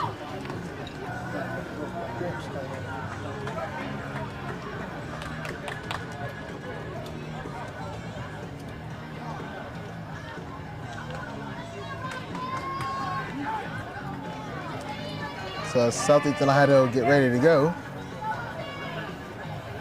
Here is your alignment for Southeast. Phelps will be playing in left field, Pappas in center, and Smith in right field. Barker will be at third base, followed by Foster at short, Fournier at second base, and Toon at first. Fry will be your catcher, and Johnson will be your starting pitcher for Southeast. Hailing all the way from, in Arkansas. This Southeast team. Or excuse me, from Rockville, Virginia, excuse me. Rockville, Virginia, this Southeast team has come a long way. So this Idaho team, talking to the coaches and players a couple of days ago, talking about the weather and just how it's a tad bit different in Idaho than it is in Phenix City, Alabama. The good thing here is that it did sprinkle a little bit, not too bad. It cooled it off. It's about 80 degrees here now. It feels about 85, 86. So it's a favorable condition, cloudy, no sun out. And it's almost a perfect day to play baseball. Tonight. With Snight up the bat for Idaho. And here comes the first pitch. Looks for bunt.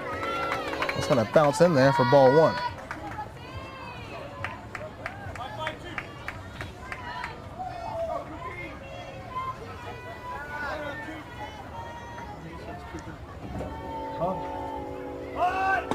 next one, that's going to be way inside. And Schneid jumps out of the way on that one. That's going to be ball 2. I'm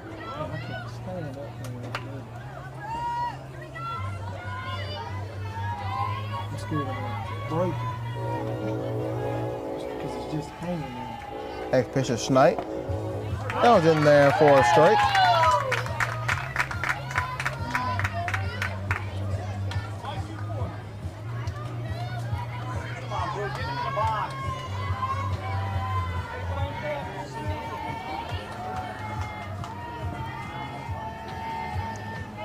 Two-one, lays down the bunt, picked up by the catcher. No, the catcher's gonna lose it, and Schneid safe at first. Fry having a hard time barehanding that one, trying to get it down to first. And a little bit of a slip-up will give Idaho a lead-off batter. The lead-off batter reaches first. Up the bat, number 14, Levi Hines. And Levi Hines will come to bat for the Idaho team. Shows bunt, pulls back, and that'll be a ball. Ball gets away from Fry. Then Schneid will move over to second base.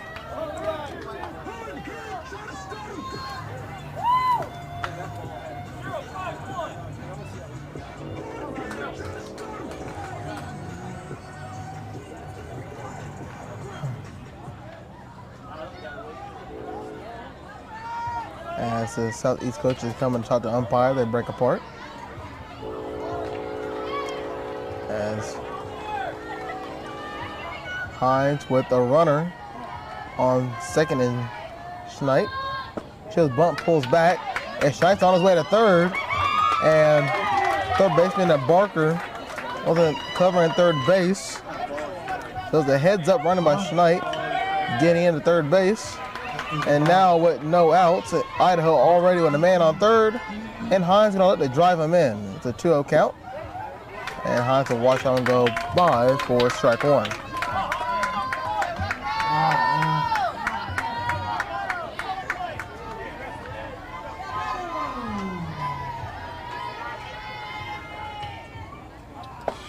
Hines, that was up high, swings and misses.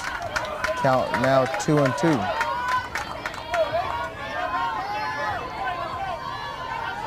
Trying to get like runner over there to second. The next pitch gets away from Fry, and Schneid will score.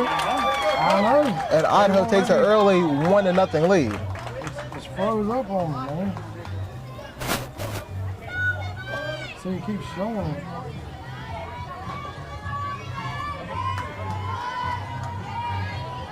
Gosh, man. Full count, and that'll be a walk, so Johnson having a tough time.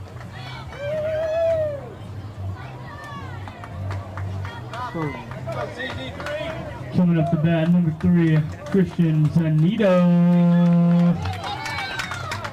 He walked. Oh, shoot, man.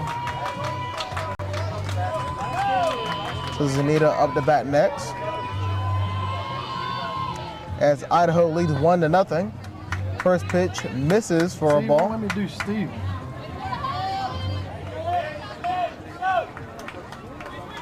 Why would I not let you do Steve? Sorry. Yes,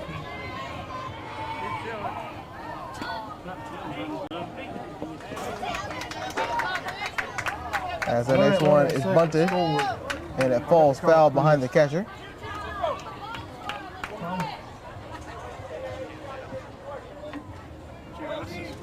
It's 1-0. 1-0. 1-1. As that one will miss. And the runner from first moves over to second. Hey, Chris. Chris. I can't get this thing to give me a steal. I'm trying to get a steal and it won't let me get the steal to. Can you come over here for a second? All right, thanks. Bye.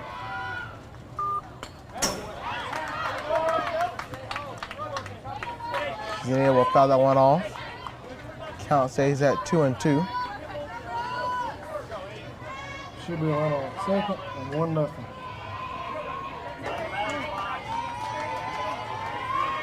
Yeah, I'm in here. What is it? It wouldn't let me hit this. Give me the steal Next pitch option. misses outside. See the kid for I got? ball 3. That's ball 3. So I'm keeping up with the counts right now.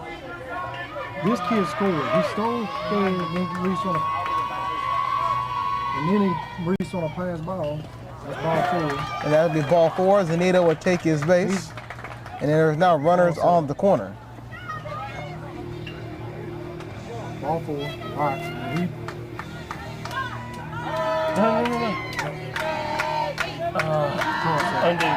Up to bat, number 7. Also, undo. Now. Holyfield. Oh, I'll keep going there. Okay. On the wild pitch. There we go. That's first, third. So Holyfield now. Push your eyes around base. Up to bat. Yeah, okay, thanks. Hey, they got some things up here. I appreciate that, Chris. I'm sorry, Carl. That's like the one you used to do, right? With Zanito on first and Hines on third. First pitch. It's a little different on this. And then for strike 1, and Zanito Thanks, man. is easily in at second.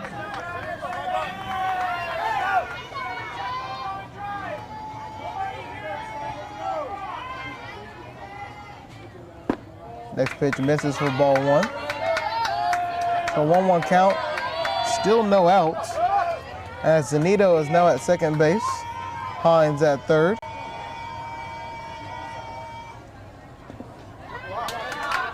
Ball bounces, but great job by Fry, keeping that one in front of him.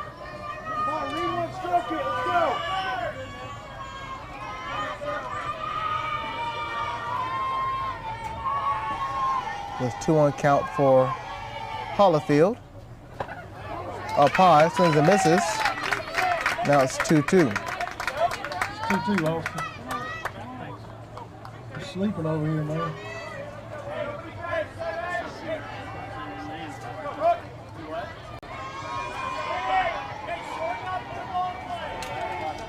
The 2-2.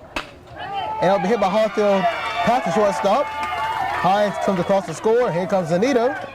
And Zanito is safe as Holyfield will reach second base. And it has clearly become 3-0 Idaho over Southeast. Coming up to bat, number 10, Nathan Rapp. So Rapp, the pitcher, coming in, he's going to try to give himself some extra insurance. And Idaho still with no outs here in the bottom of the first inning. First pitch misses for ball 1.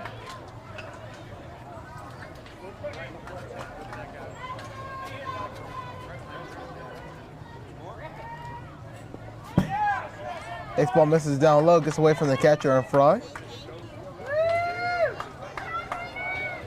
And Holyfield will move over to third base.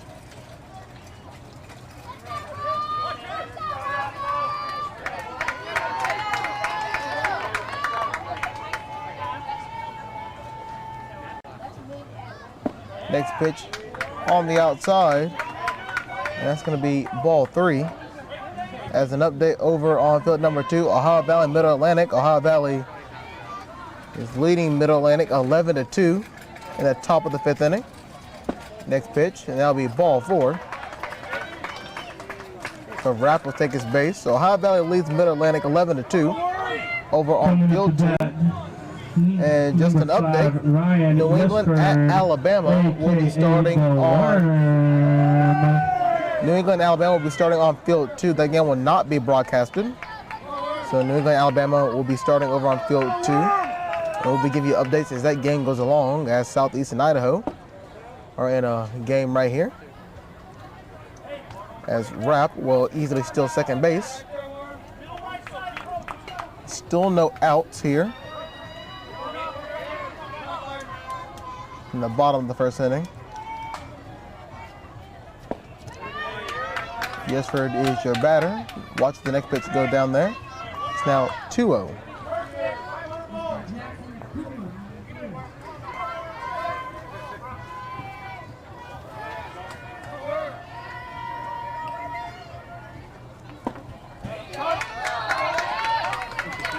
Next pitch falls in there. It's a 2-1 count. Johnson doing his best just to look for that first out of the inning.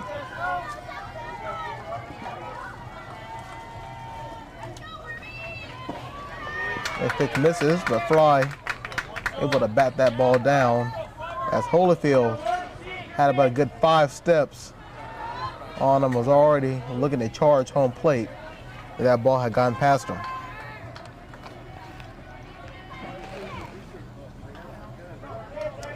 The 3-1 count to Yesford. Yesford will hit that one down the third base line, and Barker wasn't able to come up with that one. Finally finds it, but Holyfield will come in to score. And Rapp is over at third base, so runners will be on the corner. Rapp at third, Yesford at first, and Idaho leads 4-0 here in the bottom of the first inning. With Swanson coming up with no outs. Lucas Swanson. It's 4-0. So 4-0 Idaho as Swanson hit that one way foul to the right side.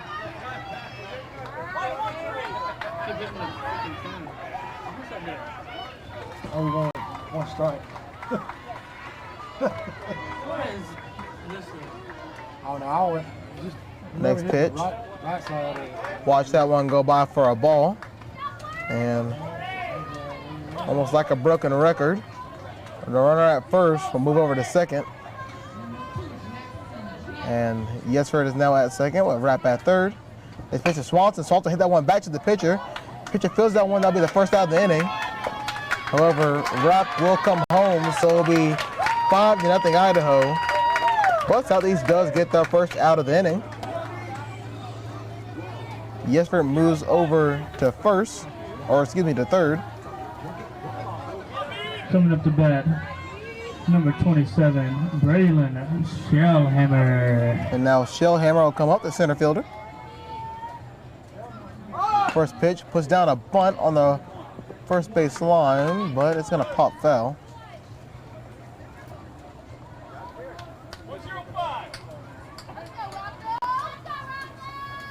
A quick 5-0 lead for Idaho. Only managed 2 hits so far in this inning. Just great base running, timely hitting and taking care of some errors. And there goes another error by third baseman Barker, not able to come up with that one, and Yesford comes home from third. And Shellhammer will stay at first. 6-0 Idaho leads here in the bottom of the first inning.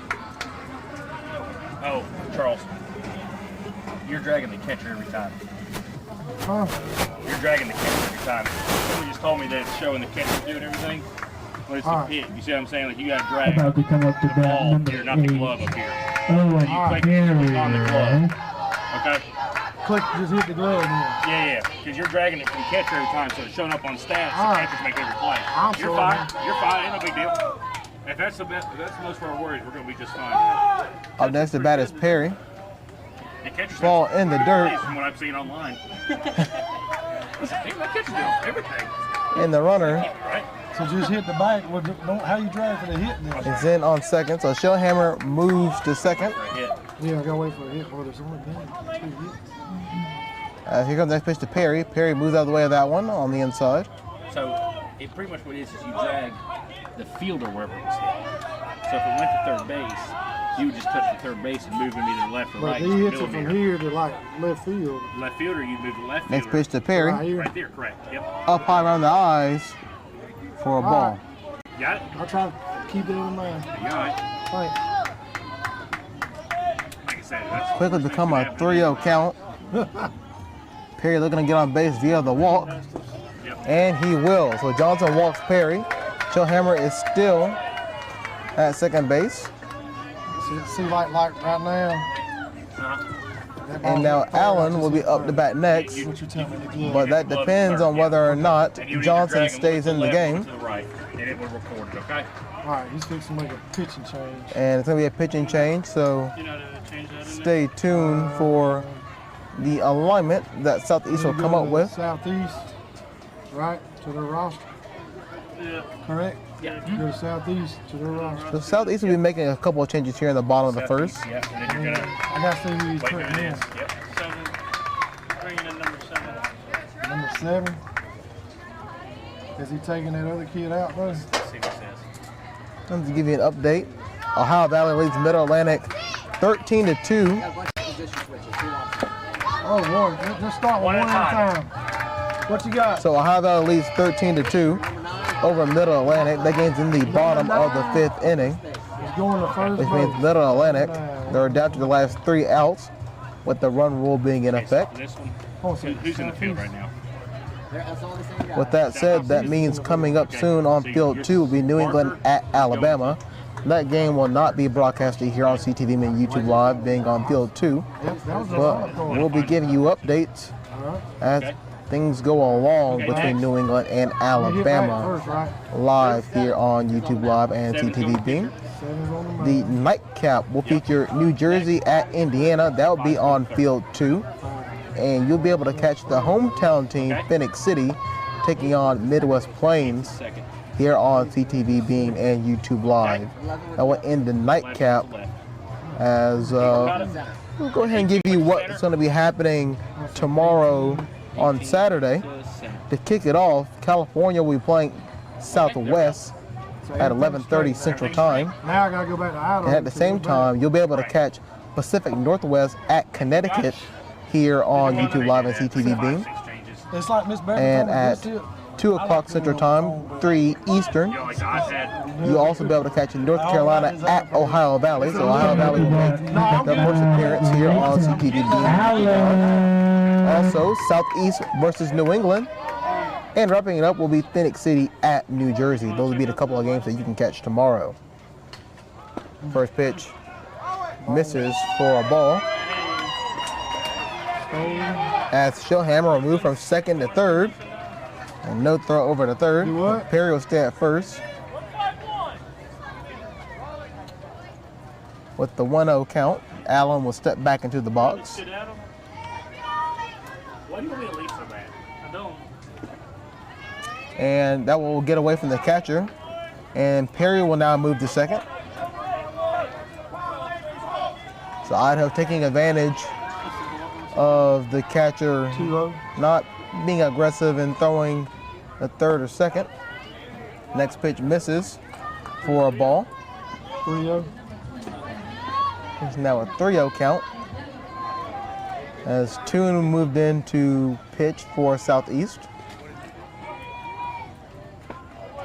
And that was going to miss down low, and Allen will take his base. The bases are loaded for Idaho with 1 out. And Schneid will be the next batter, which means Idaho has batted around.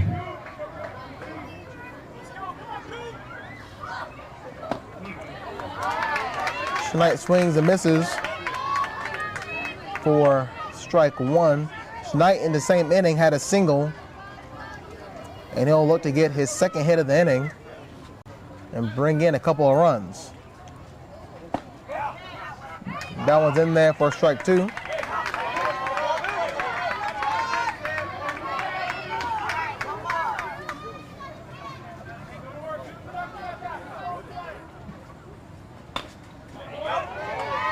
As that next one is fouled off to the right side.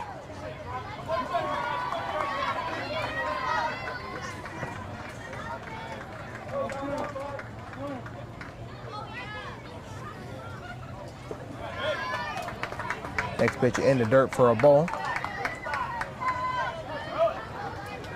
Yeah.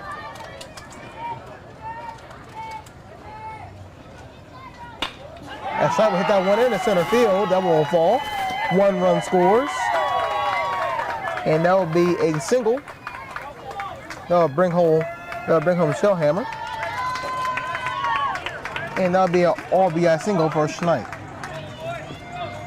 Oh, next. Number 14, Levi Hines. Levi Hines, he walked the last time up. And he is one of the 7 runs to score for Idaho. Hines swings and misses at the first pitch for strike 1.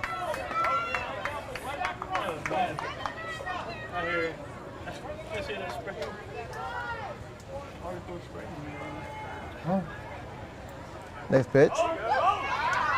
Hines watches that one go by for strike 2.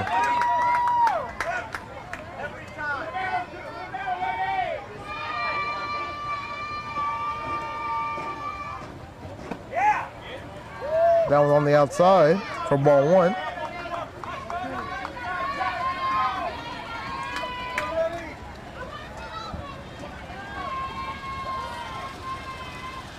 The 1-2. And Hines is caught looking for the second out of the inning. And the first strikeout for Toon coming in relief. Coming up to bat, number 3, Christian Zanito. For Zanito, he walked his first time up in the inning. He'll look to bring home a couple of runs. Idaho looking for that sweet 10-run lead. And the first pitch misses down low for a ball.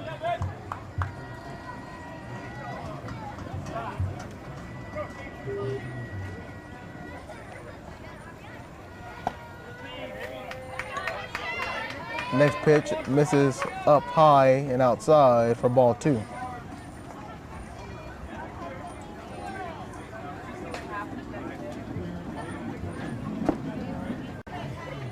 Next pitch misses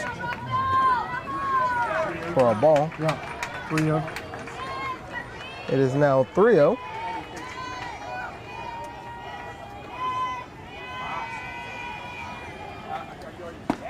And that is a walk. Zanito walks again, and that will give him an RBI. As Perry will come home, and it is now 8-0 Idaho. Coming up to bat, number 7, Ryder Holyfield. So Holyfield back up once again in the inning. Holyfield had a single his last time up.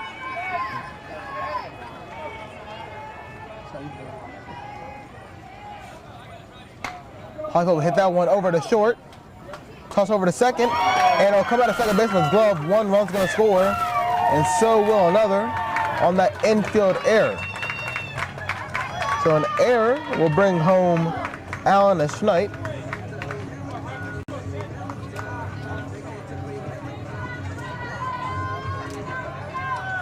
And it's quickly become 10-0 Idaho.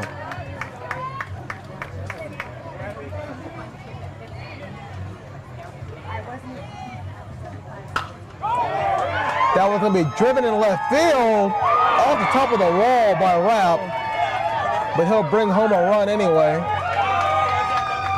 as Zanito scores. And it just continues for Idaho. Coming up to bat. Rapp almost had a home run. Yes, it hit just under the yellow part of the fence.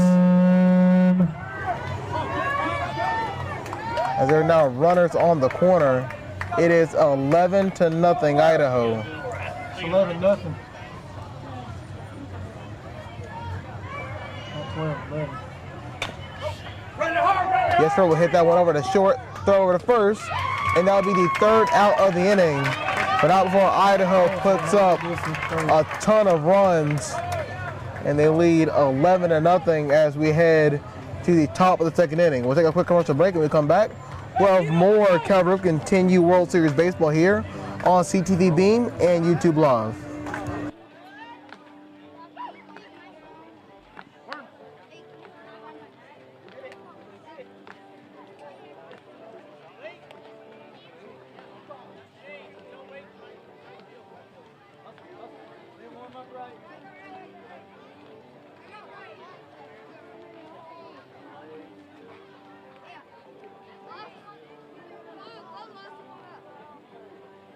Let Boston on the side.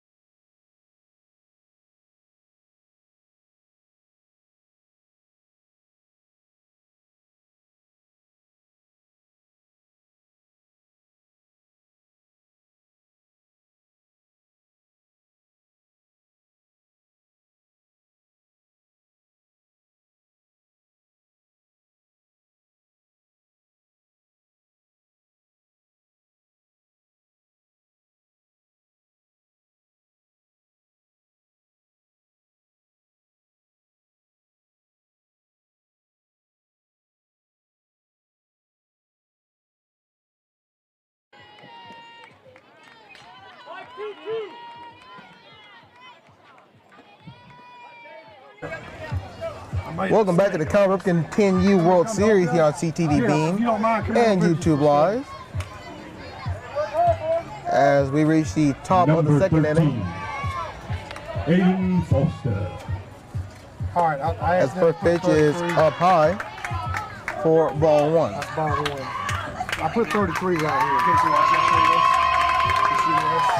Put him in, he's gonna watch the watch. Next pitch, hit over the short. Snipe picks it up, throw to first, and he got him for the first half of the inning. Take on him, take on him, sub out.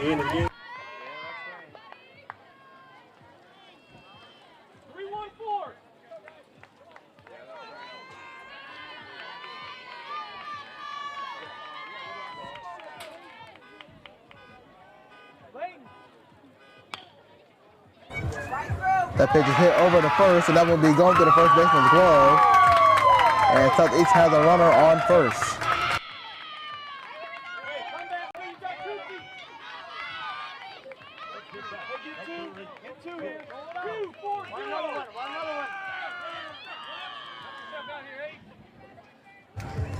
A former pitcher Brooks Johnson up the bat for Southeast. Got a runner on first. Johnson will slap that one over to the right, but that one's going to fall foul. Second in. I'm just doing the announcement. I'm not handling this. I got to do all this electronic stuff. Austin was doing all that. Oh, he was? Yeah. Johnson, next pitch, slap foul. Because I can't do both. How many balls, how many strikes? It's an 0-1 count. Two strikes.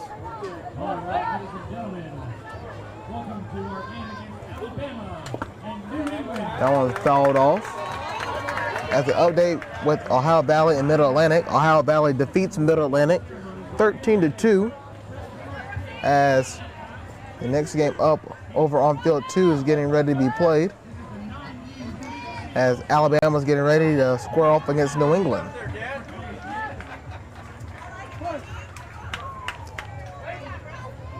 Over here, Idaho, looking at an 11-0 lead. But Phelps is on first for Southeast, and Johnson is up the bat.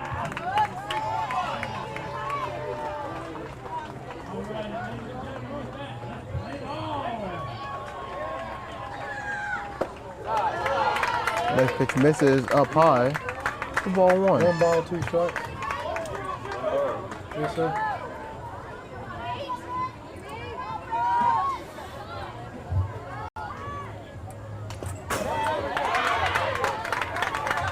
Next pitch is fouled off, but the count stays at 1-2.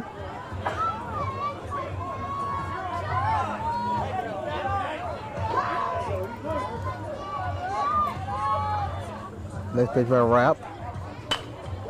As Johnson hit that one deep in the right field, but that'll be caught by Allen. Or keep Phelps at first. So 2 outs for Rapp. And a hard hit ball by Johnson from the opposite side. Number 9, Ryan Barker. As Ryan Barker is up next to bat. Phelps on first. Barker looking to start to chew into this lead. As that one's going to miss for it, strike one.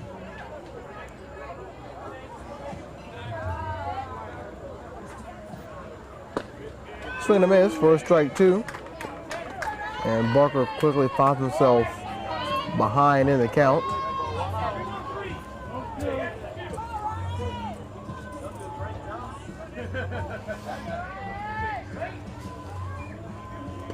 Next pitch, down low, gets away from the catcher. And now move Phelps over.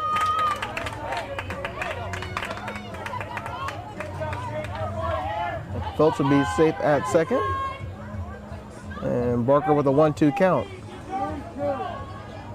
2 strikes. Yes, sir. 1-2. 1-2. Barker hits that one back to the pitcher. Rapp tosses it to Yesford, and that will end the inning. As we'll head to the bottom of the second inning, and Idaho in their hot bats with 4 hits and 11 runs in the bottom of the first. Looks to do a little bit more of that in the bottom of the second inning. We'll keep it here as we'll give you an update as Alabama and New England will be kicking off soon on field 2. The game not being broadcasted. We'll keep it here at Idaho and Southeast. Coming up after this game will be Midwest Plains at Phenix City. As tomorrow will be the end of pool play. A couple of games that you can be looking forward to here on CTVBeam and YouTube Live tomorrow at 12:30 Pacific Northwest taking on Connecticut. North Carolina at Ohio Valley. Southeast at New England. I can't hear you. And Phenix City at New Jersey. All of those games will be on CTVBeam and YouTube Live tomorrow. It's 25 pitch count for the Idaho pitcher. Who is the Idaho pitcher? Just say the Idaho pitcher. 25 pitch count for Idaho's pitcher. Good voice. Sure is. All you know is Barry's going to be here to help you. All it is, introduce saying, hey, welcome to Idaho Sports Complex. The Cowboys continue to be officials of the home team. Announce both lineups, national anthem, first pitch. That's it, on the script. Okay. And there's a sportsmanship code for Barry to help you out with that, okay? Okay. And that's the code right there. First pitch misses, or excuse me, is in there for strike 1. All right.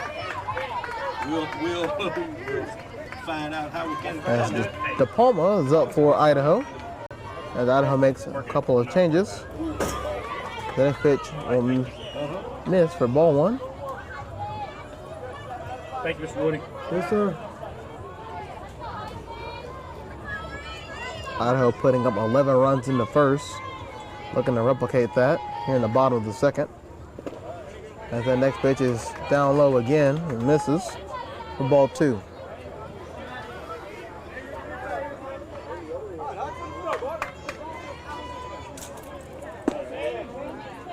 Next one's down low for ball 3. And De Palma. 3 balls, 1 catch? Yes, sir. One strike. That's it. A swing and a miss. And he'll be going to a full count.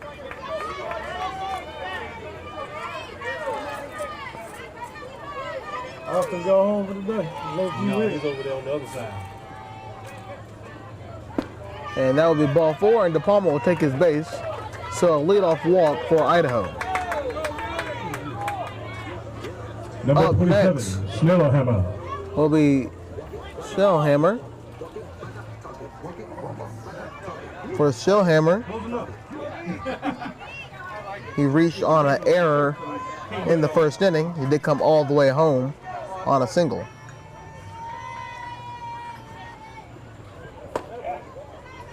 First pitch misses outside for ball 1.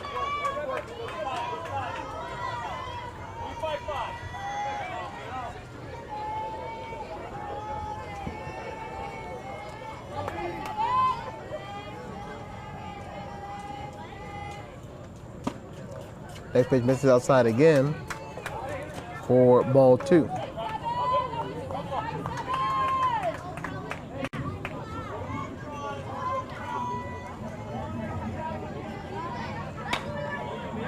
Shellhammer hit that one, and it'll be caught by the left fielder and Pappas as De Palma will make his way to second base. And Idaho already with the first out of the inning. Number 8 for Idaho, Perry. As Perry will come up to bat for Idaho.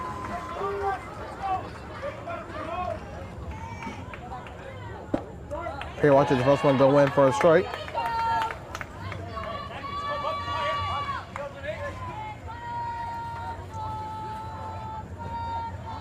Next pitch to Perry. He'll drive the one into center field. It's going to fall. It'll be a second baseman and Johnson coming over And catching that one is shallow center field for the second out of the inning.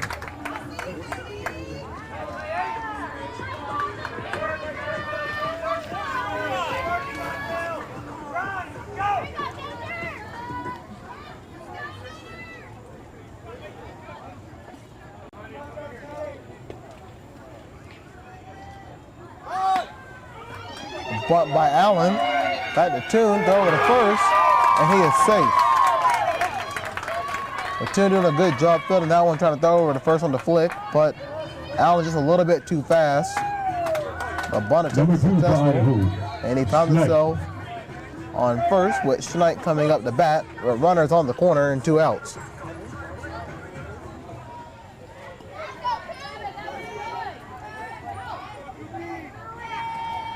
First pitch of Schneid. That one is back to the wall.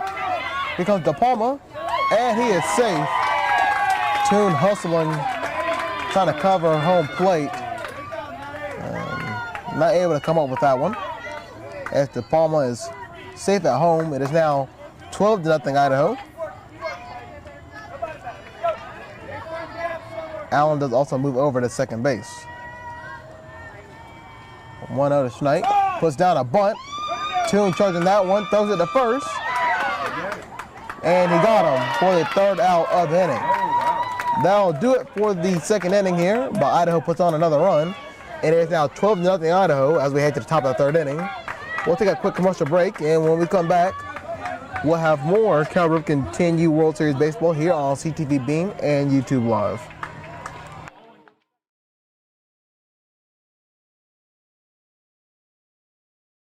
If you haven't visited Kramer's Sports Bar and Grill in Phenix City, why wait any longer? Food and fun for the whole family. Take a walk on the wild side. Kramer's is your only local spot for exotic dishes such as venison sliders, frog legs, calamari, gator platter, and so much more. Of course, Kramer's delicious burgers and wings can tame anyone's appetite. Kramer's has a spacious back patio for outdoor dining. Kramer's is only 3 miles from uptown Columbus on 431 South. Look for the big white rooster.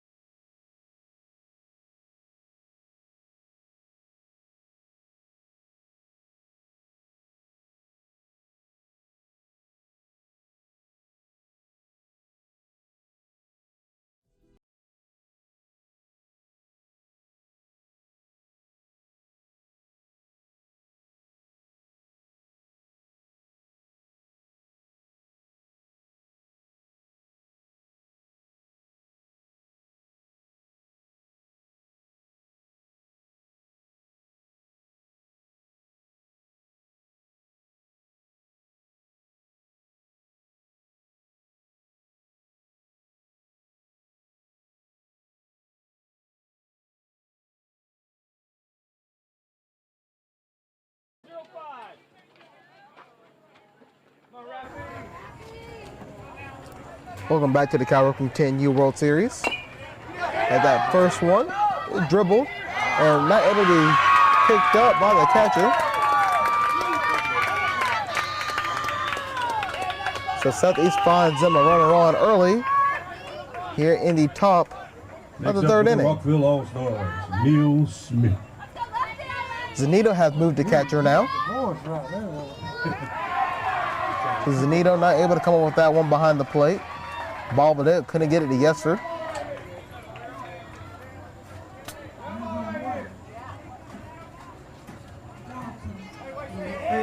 And we'll go down as for Idaho. We'll go down as Southeast's first hit of the day by Pappas. Right, 8 to second base now. I got it. A swing and a miss by Smith. Strike. Right off of strike one.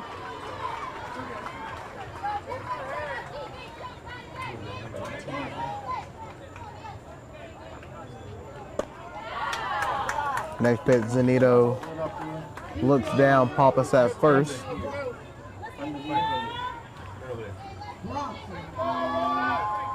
don't think there's we're using all that. Yeah, okay. No biggie. And Smith will hit that one, and it will fall out of bounds, foul. 1 ball, 2 strikes. It's now a 1-2 count. Yeah, this is the only outlet you got. Huh? That's the only outlet you got right there. Ready, Ryder? Outlet. Oh, wow. Hey, Jorge. You. I'm not going. I'm going to stay here. Okay. Because I've got Phoenix. He was playing this game, so I'll do a few ceremonies for him. Okay.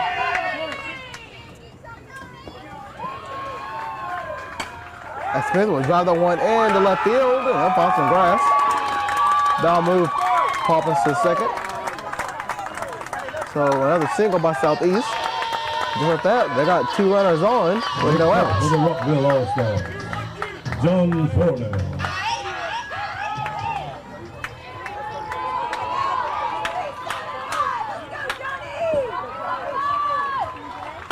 First pitch for there. They help on the gap.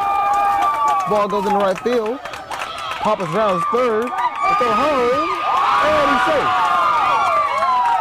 So Southeast finally finds home plate. And it is now 12-1 Idaho.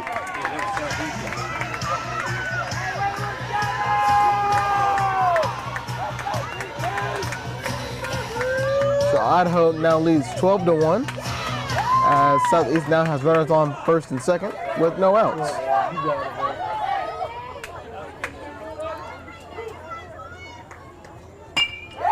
A fly will hit that one to second base. That's caught by Perry. Runner staying at the bags.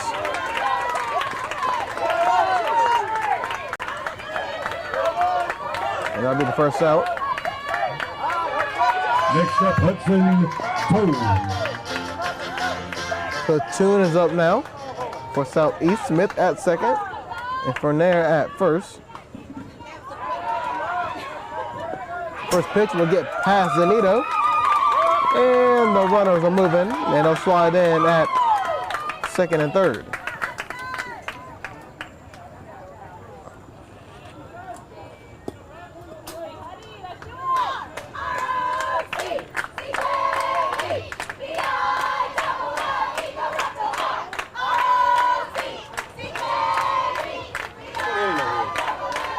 On the top of the curve.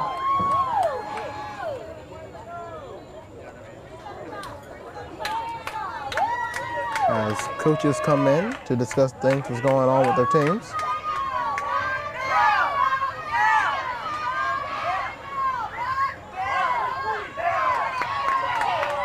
As Alabama and New England have just kicked off on field 2. They're still in the top of the first inning.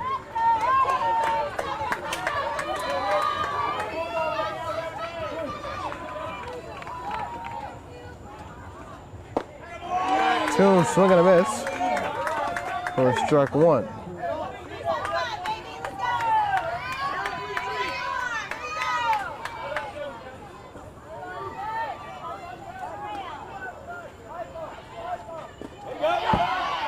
That one gets back to the wall and now bringing another run. Smith will score.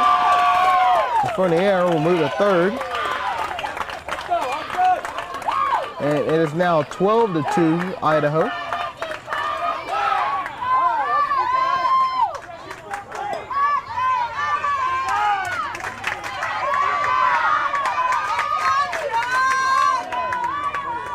The 2-1 count with one out. Toon watches that one inside. There's out 3-1.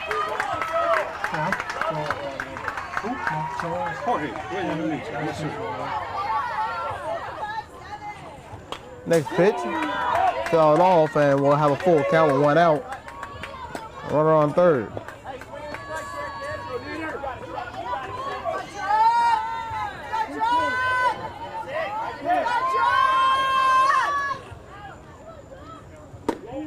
They pick on the inside, and Toon is on base with a walk.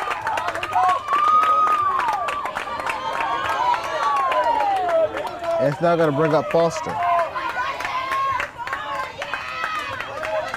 Foster grounded out in the second inning. Next up, number 13, Aiden Foster.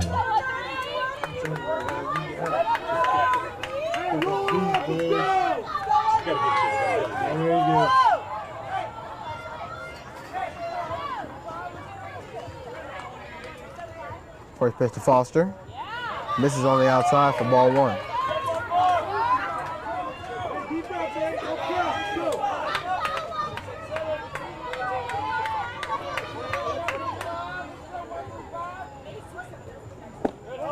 Foster watches that one for strike one. Runner thrown out at second. Buff on the air will score from third. So there's 2 outs. Oh, he's out. As the bases are cleared. Runner thrown out, trying to steal second. The runner from third scoring. And Foster hit that one over to the right side, but it'll go foul. So the important thing for Southeast is that they are now out of threat for the run rule, at least for now. That is now 12-3 Idaho.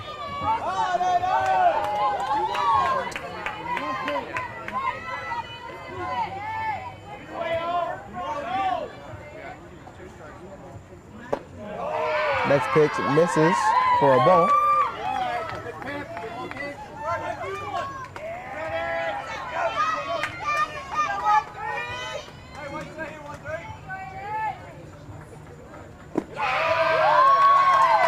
And we got a full count with 2 outs here in the top of the third inning.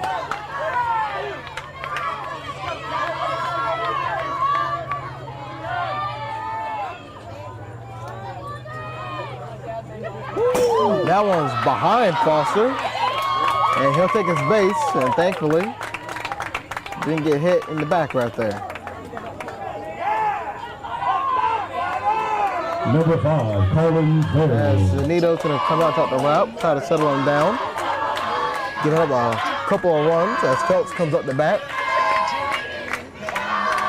This is one more out, and Idaho's back on the hitting side.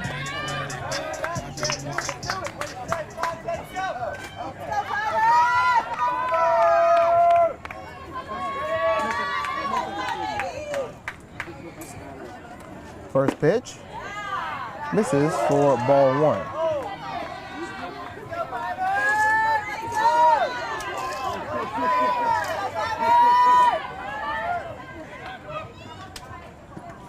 That one behind Phelps. And the runner from first moves over to second.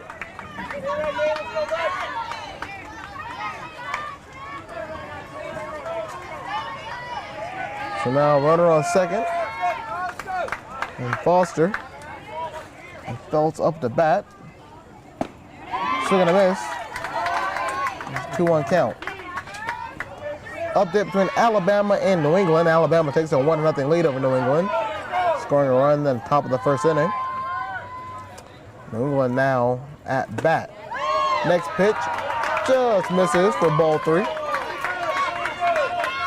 got ball 3.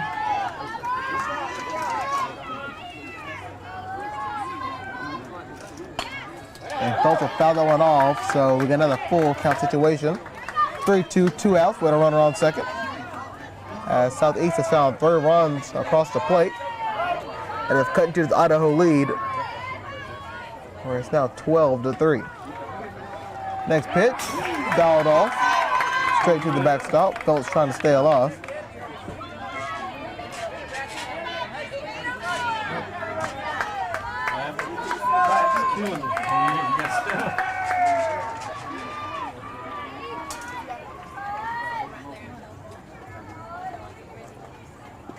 Pitch gets past the catcher. That is ball 4. So Phelps on his way to first. Foster takes advantage of the situation. He's on to third. Number 8, Brooks Johnson. So Brooks Johnson comes up, the former pitcher. Runners on the corner.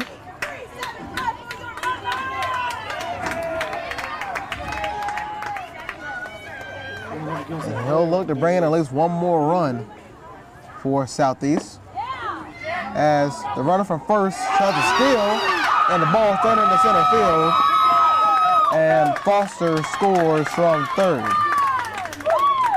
As Schneid wasn't able to get up high enough to snag the one out the air. What was it, ball? 1 ball, 2 strikes, 1 ball.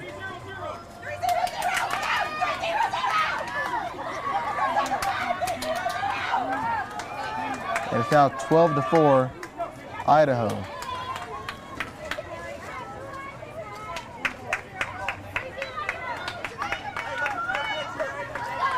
It's a 1-0 count to Johnson.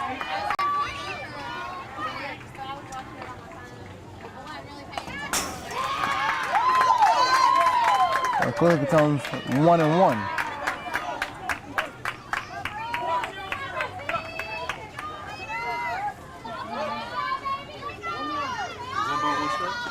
Yeah.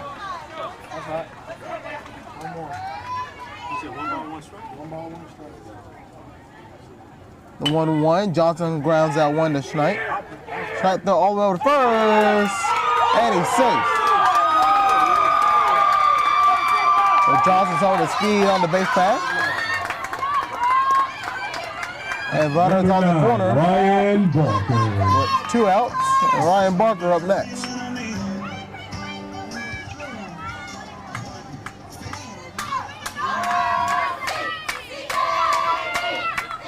And when it looked like Idaho was just going to just walk away with this game, and they scored 11 runs in the first, Southeast scores 4 in the third, and while there is still a ways to go,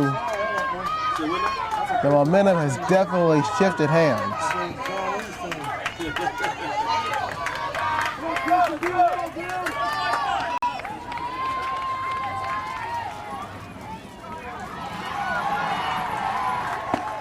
First pitch is in there for a strike.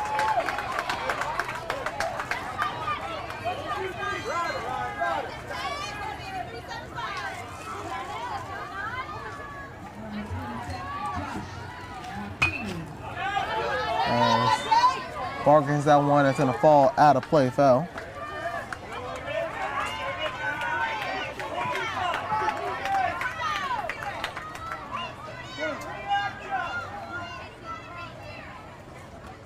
Next pitch. Barker swinging a miss for strike 3. And that will do it as Idaho gets out of that inning. As we'll head to the bottom of the third inning. As Idaho and Southeast continue to duke it out here. As an update over on field 2, Alabama still leads New England 1-0. But 2 outs in the bottom of the first. Idaho has 1 man on base. Pitches. But Martino at bat. Just an update on a couple more games. There's 2 more games to end the day. Over on field 2, game that will not be televised. New Jersey will take on Indiana.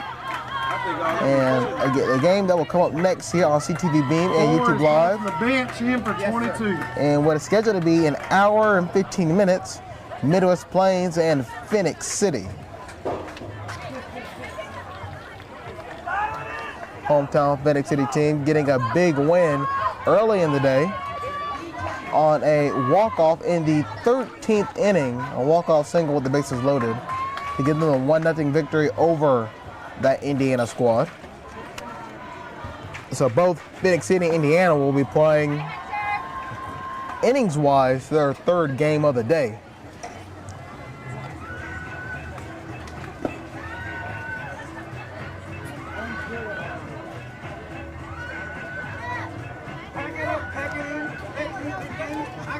As that will close out the night, getting ready for bracket play. As pool play will come to a close tomorrow, the first game you can catch here is Pacific Northwest at Connecticut.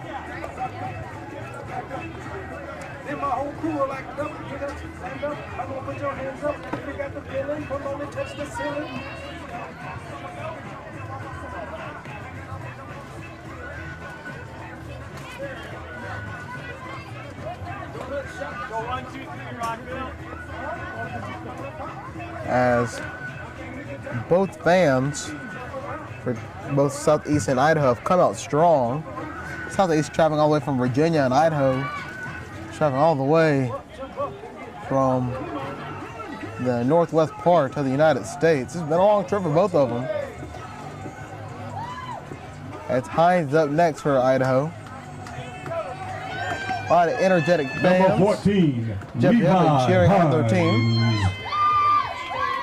As Levi Hines is up for Idaho to lead off the inning. First pitch to Hines. Hines will hit that one. It'll fall in front of the second baseman, throw it at first, and that'll be the first out of the inning.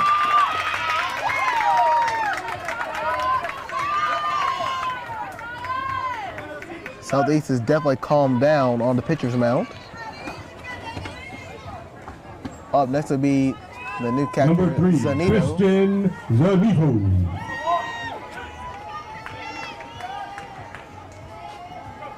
First pitch to Zanito. He'll pop that one out of play.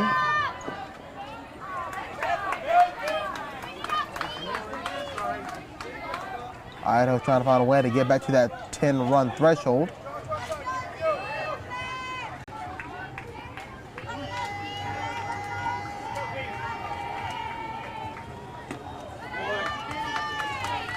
As that next pitch will miss for a ball.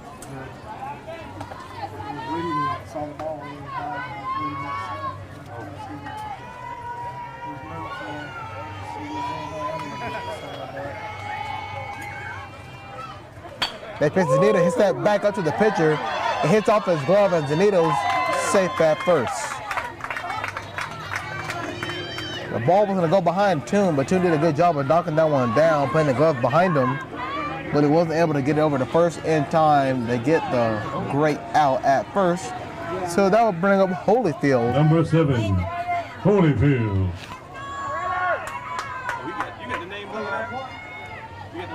Yeah.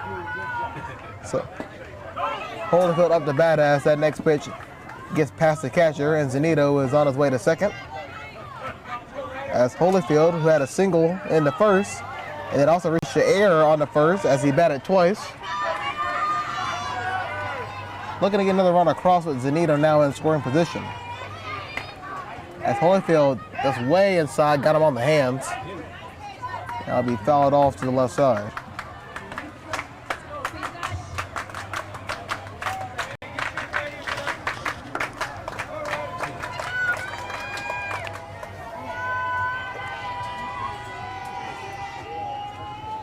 Next one, Holyfield drives that one to left field, and that's going to bring Zanito a ball all the way to the back of the fence.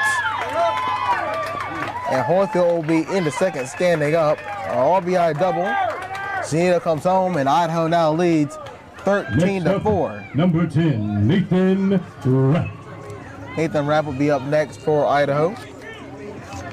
Rapp, the pitcher for Idaho. He's done a great job so far on the mound. And he'll look to give Idaho that crucial 10th run to put the run rule back in effect. First pitch is down low for a ball. Rapp walked and then singled in the first inning. Singled over to the left field side. Let's see if we can put it back in the same place. Bring in Holyfield.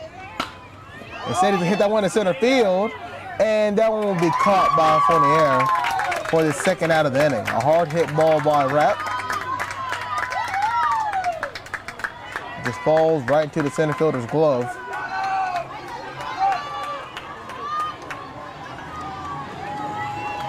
And that's now going to bring up Yesford. Next up, number 5, Ryan Yesford.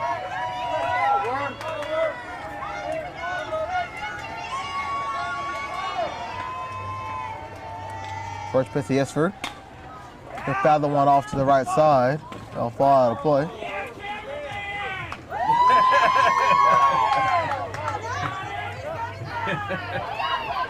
As Yesford reached on an error and then grounded out in the first inning. So still looking for his first hit of the game.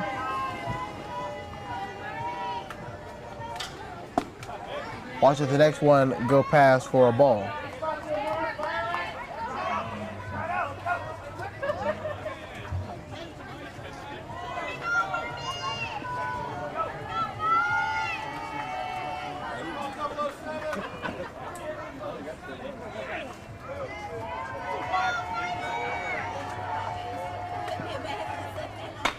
As Yesford will hit that one in the right field. It's a great diving catch by the right fielder. And they're going to call him out. A little bit of confusion. Idaho coach coming to plead his case. Was that a point? He called a catch, so There's no run. okay. I didn't know he had it in his As hand. I didn't know if he touched it. the Idaho coach is trying to plead his case. Right now it's 13-4. And we'll see what they come up with. For right now, it is now 13-4 Idaho. And it does not look like he will win his case. So we'll head to the top of the fourth inning as Idaho leads 13-4.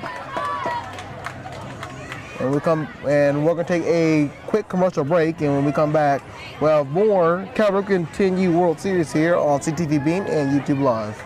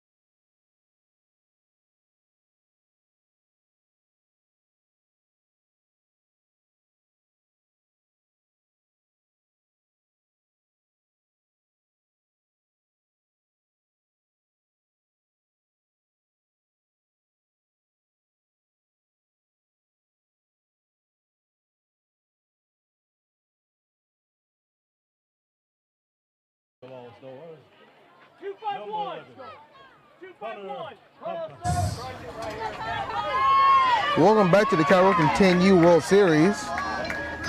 Game between Southeast and Idaho. First pitch will be slapped foul by Pappas. As there have been a couple of changes, and we'll get this to you momentarily.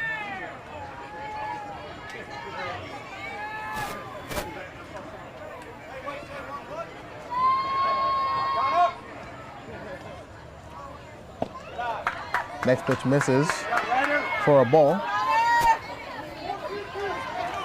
Here's now the current defensive alignment for Idaho after a series of changes. De Palma is in left, Shellhammer in center, and Gurray in right. As Pappas will hit that one over to Rapp at third, throw to first, and he's out. So the former pitcher on Rapp coming up big at third base. Schneid is the shortstop. Hines is your second baseman, and Zanito has moved from catcher to first base. Yesford down at catcher, and Hollifield is now your pitcher. First pitch will be hit into the right field, and it will be dropped. And it was a myriad of players. It looked like Hines tried to come up with that at second base, but it falls flat, and it will be leading off, number 18, Smith on John first. Forner. So Forner up the bat with one out. For pitch, Forner swings at that one up high for strike one.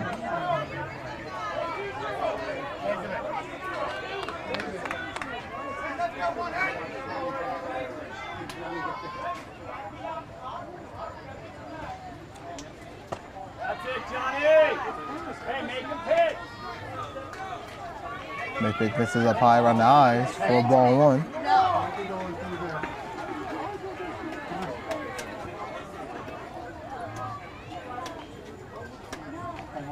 Top of fourth too, I'm sorry. As that one will fall out of play. Good looking out, Kenzie. Good looking out. Hey, I done got you a coat. Come on, Seven. I could have got a prize. That'd have been a free coat. Next one is a breaking ball, but it misses. Yes, we tried to frame it. And the count moves What's the count? 2-2. To 2-2.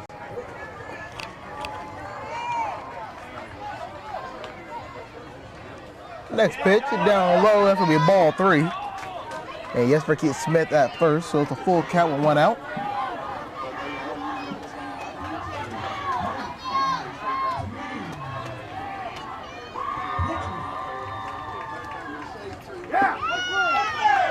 That one's in there for a strike 3 looking. Great pitch by Holyfield. As Fry's coming up to bat next. Next up, Luke Fry. Also known as Cool Hand Luke.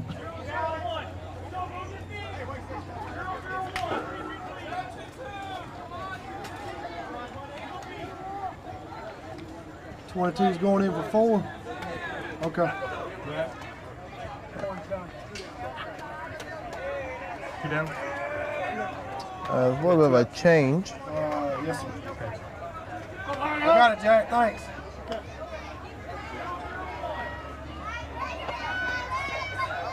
As Fry is moving back into the 2 spot in the lineup.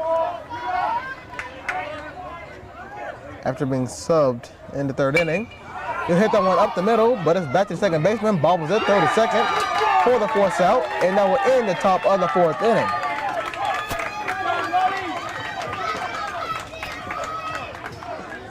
Idaho leads 13-4 over Southeast.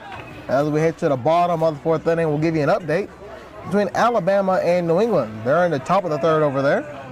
Alabama is now leading 2-0 over New England. Alabama scoring a run apiece in the 1st and the 2nd as they just took off the top of the 3rd. The home state team is doing work right now against New England as the home state team continues their run through the World Series.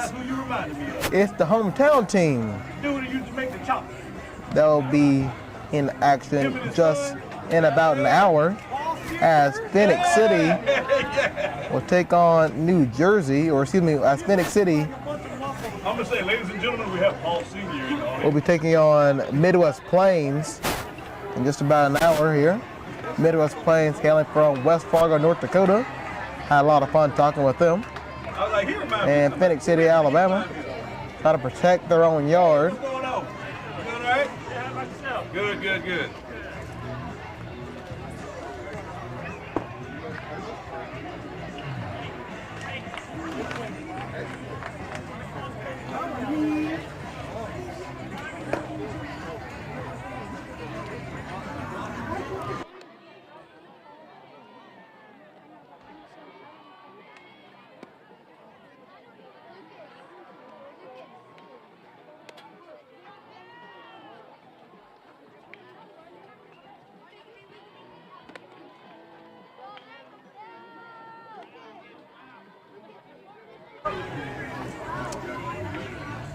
As Southeast continues to warm up.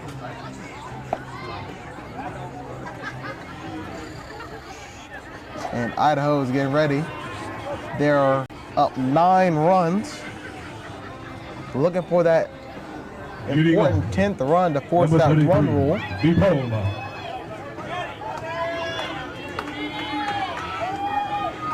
As DePalma's coming up next.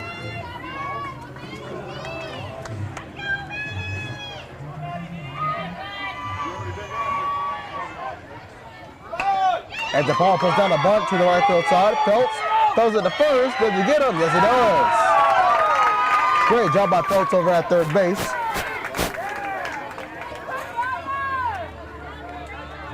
To get the out. Number 27, Schellenhammer.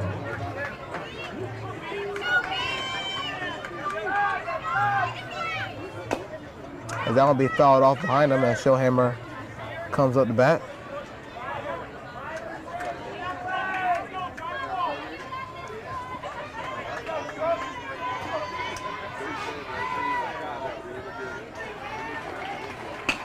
As Schellenhammer hit that one over to third base, it's Phelps again, throw over, and he has the next batter. So back-to-back great plays by Phelps over at third, and Idaho quickly down to 2 outs, something that hasn't been really done this game by Southeast. As Perry comes with the bat, Idaho's been able to put up 11 runs, 1 run, and another run in 3 straight innings. Really looking for that big 10th run that they need to give them that 10-run lead. Next pitch misses down low.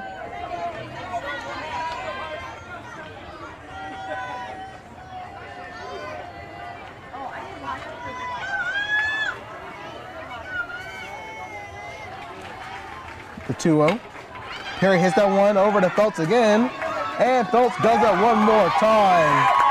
That inning was all Phelps. 1, 2, 3, Idaho goes down as we'll head to the top of the 5th inning. And as we head to the top of the 5th inning,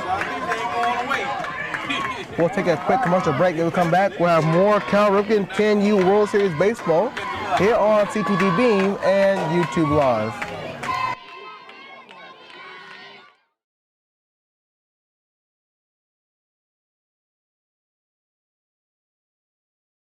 If you haven't visited Kramer's Sports Bar and Grill in Phenix City, why wait any longer? Food and fun for the whole family. Take a walk on the wild side. Kramer's is your only local spot for exotic dishes such as venison sliders, frog legs, calamari, gator platter, and so much more. Of course, Kramer's delicious burgers and wings can tame anyone's appetite. Kramer's has a spacious back patio for outdoor dining. Kramer's is only 3 miles from uptown Columbus on 431 South. Look for the big white rooster.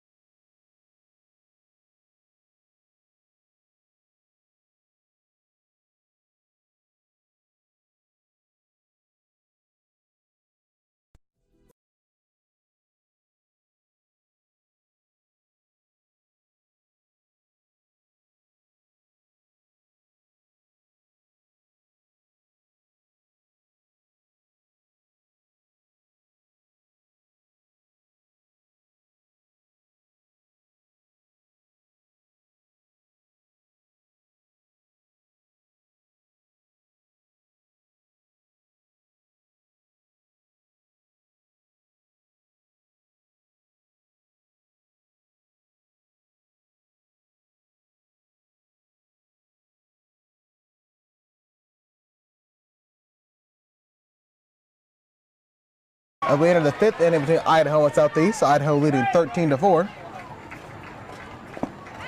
First pitch down low for a ball. Coming up next here on CTVBeam and YouTube Live, it'll be the Midwest Plains taking on the hometown Phenix City, Alabama.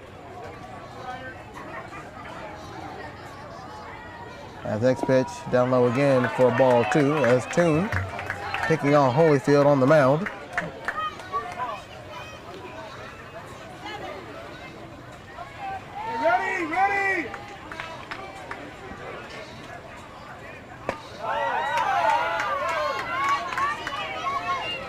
As that next one misses for ball 3.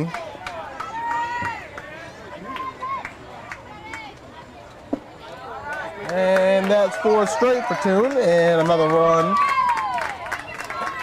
Another runner gets on to first base as Foster comes up to bat. Next up, Aiden Foster.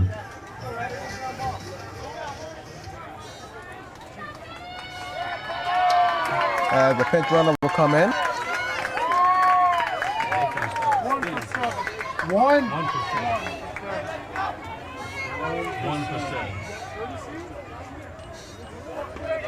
Platoon comes out and the pinch runner comes in as Foster comes up the bat.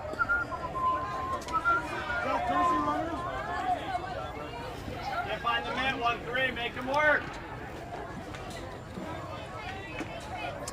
As we get everything sorted out up here.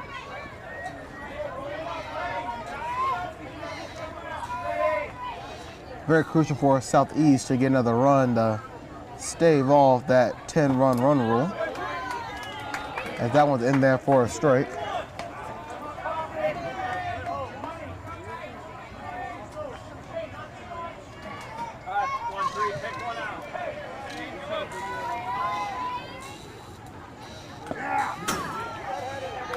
As Foster fouls that one off. As it is Hare coming in at first.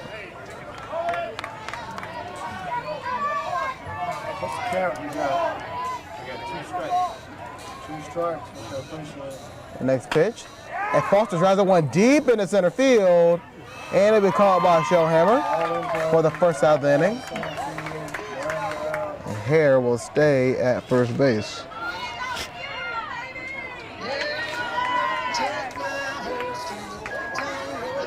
Number 5, Colin Phelps.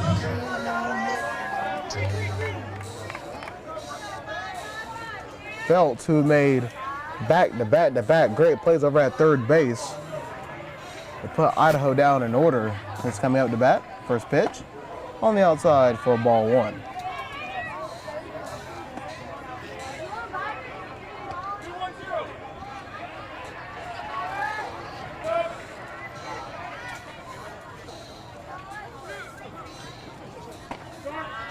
That pitch finds strike zone.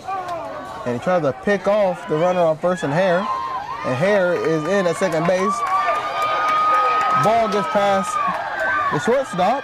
And Hare will not be coming around. He'll be stopped at third base. So just a bunch of things happening on that play.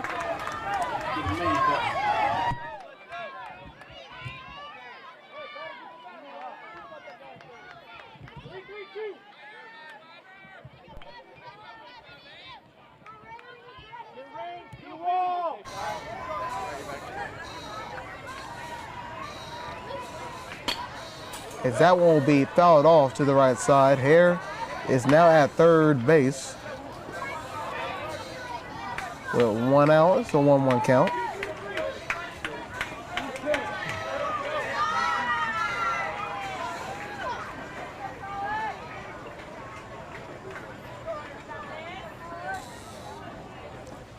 Next pitch. Phelps plays off of that one. Moves to 2-2.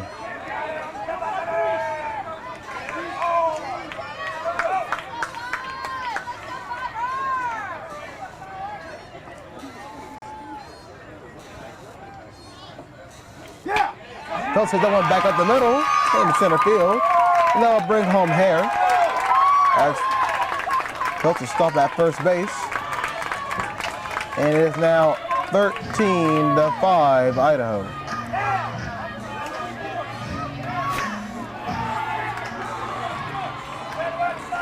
Next up, Brooks Johnson. Johnson up the bat next. Comes the pitch. Johnson will foul the one off to the backstop.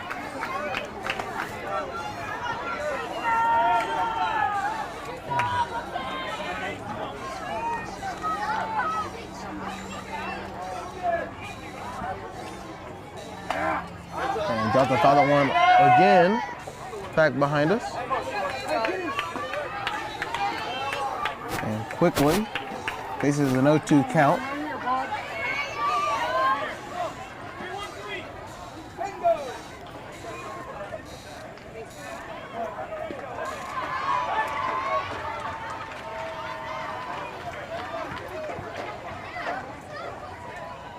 Pitch Johnson. Misses strike zone. It is now 1-2. Only 1 out. Phelps is still on first. Going through big in the last about 10 minutes for Southeast. Great defensive plays and an RBI single.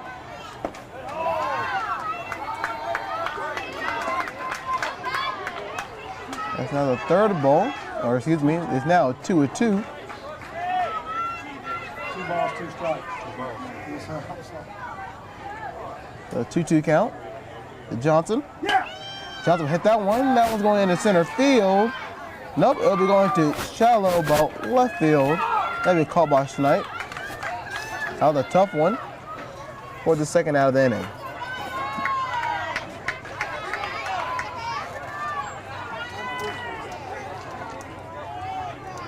Number 9, Ryan Baker.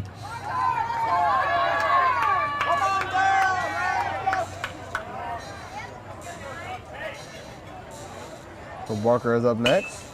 Hit that one foul to the right side.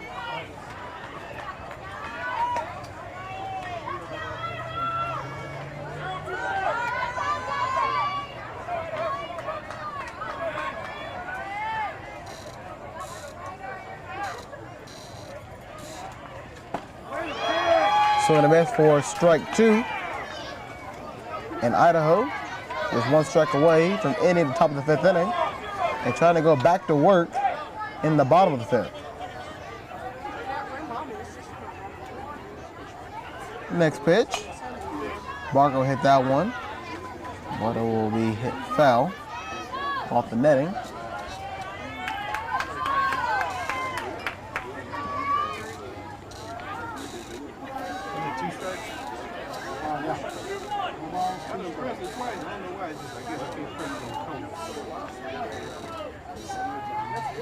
Here comes the 0-2. Barker will hit that one foul again.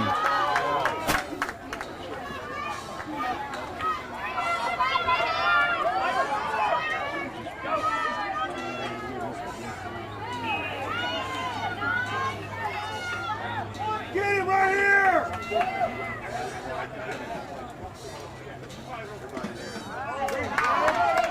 That one misses the strike zone. That'll be the first ball of the at-bat for Barker.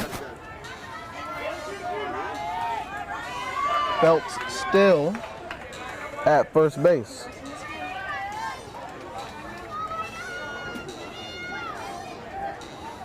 Next pitch. Barker, that fouls that one off. Staying alive, doing a great job by protecting the plate.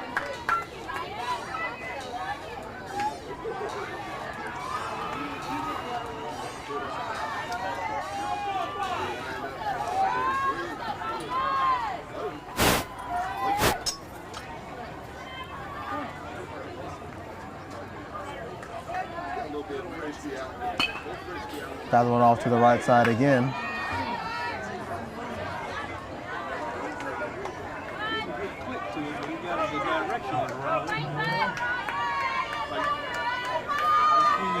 This will be the 8th pitch of the at-bat for Barker. Holyfield, the 1-2. Hit back to Holyfield. Fields it, throw over to first for the 3rd out of the inning. As we'll head to the bottom of the 5th inning. But we'll keep it here to give you an update on Alabama and New England. In the top of the 4th inning, Alabama leads New England 2-0. Alabama so far only giving up 1 hit to New England. A couple of games coming up next on Field 2. The game that will not be broadcasted is New Jersey at Indiana. And coming up here on CTVBeam and YouTube Live, Midwest Plains taking on the hometown Phenix City, Alabama team. Phenix City getting a big walk-off single in the 13th inning. The game was early this morning, around 11 a.m., 12 o'clock. Idaho pitcher Holyfield, 36 pitches. As we continue with Idaho leading 13-5. Looking for 2 more scores to force that run rule.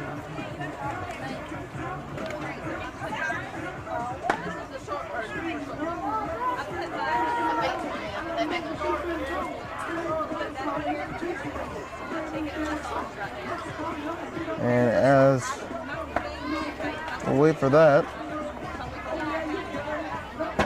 looking at the current standings, as Connecticut and North Carolina both with 2 victories so far in the tournament. Alabama currently in battle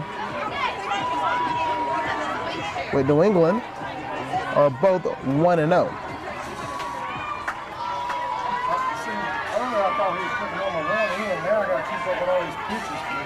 Here comes the first pitch. He fouled off to the left side.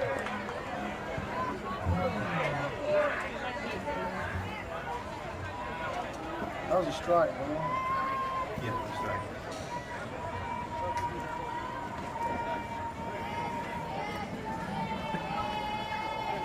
The 0-1 will be blooped over to short, and that'll be caught for the first out of the inning. So Gray not able to get anything going as Schmidt will come up next. Number 2, Schmidt.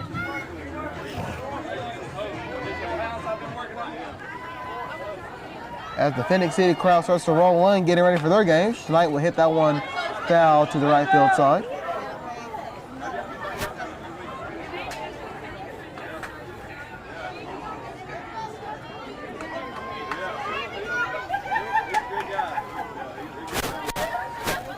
Next pitch, misses down low for a ball.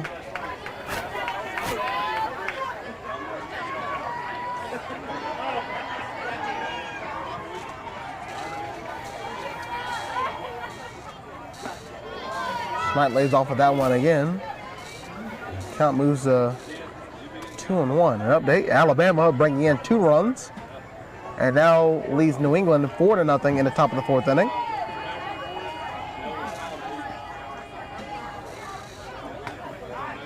Schmidt lays off of that one again. And Toon starting to feel the wear and tear of being on the mound. Been a long game for Southeast.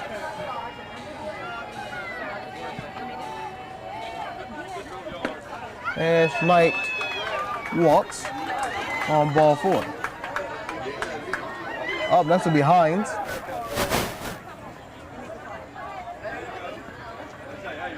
Next up, Levi Hines. Hines both walked and struck out looking in the first inning, then grounded out in the 3rd inning, so still looking for that first hit of the game.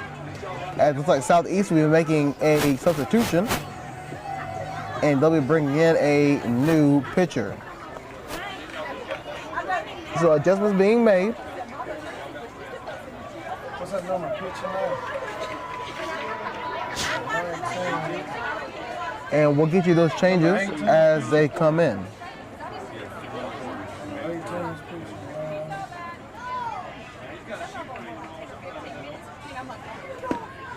Coming up next here on CTVBeam and YouTube Live, Midwest Plains at Phenix City. And going on field 2, we'll be giving updates as it goes along. New Jersey at Indiana. Give you the schedule for tomorrow.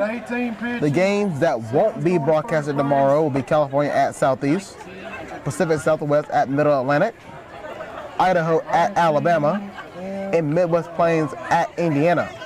The games you'll be able to catch tomorrow here on CTVBeam and YouTube Live will be Pacific Northwest at Connecticut, North Carolina at Ohio Valley, Southeast at New England, and Phenix City at New Jersey. That will end pool play when we're getting to bracket play, and that's where the real fun begins as we go to try to crown a winner here through the College World Series.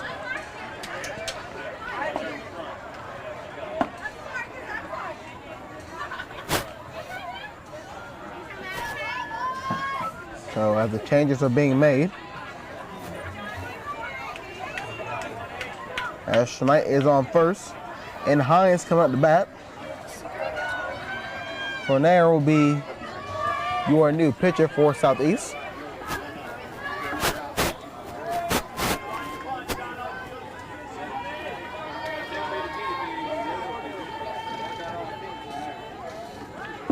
Hines shows bunt, pulls back. And second is stolen by Schmidt. Schmidt slides in, he's safe.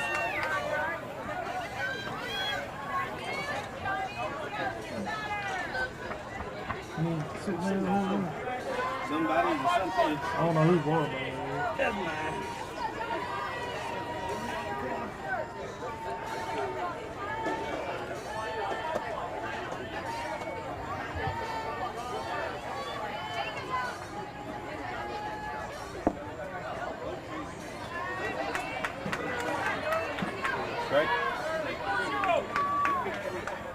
line. Ball.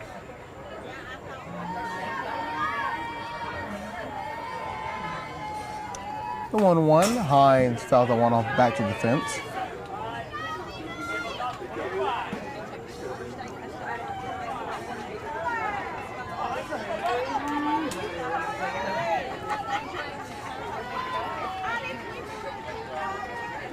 Next pitch to Hines on the 1-2. Hit on to the right side, but it will fall foul.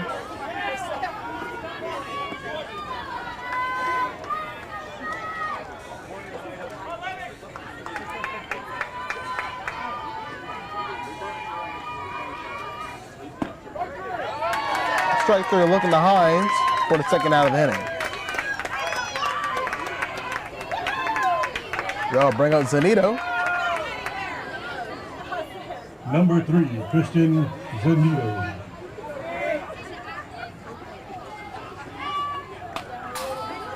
As the first one, take a hack out of that one. Will be fouled back to the fence.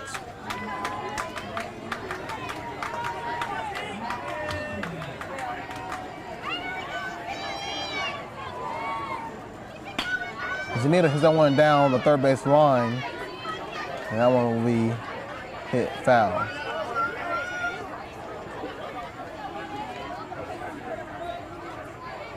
It's 2 outs for us.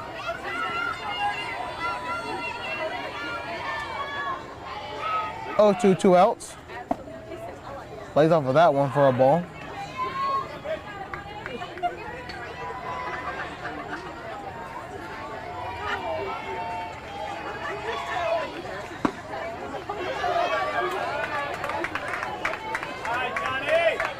That is ball 2.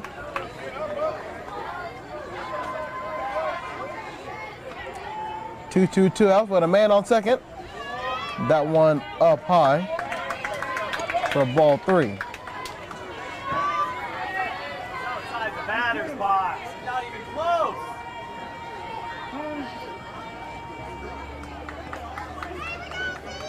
Inside that batter's box. Come on. 3 balls, 2 strikes, 2 outs. As Zanito hit that one into left field. And Schleight will hold up at third. So now Holyfield will come up the bat. All right, Johnny, get him here. Number 7, Holyfield. Johnny, be careful here, buddy. And so now the pitcher can end it here with a well-placed shot. First pitch misses for ball 1.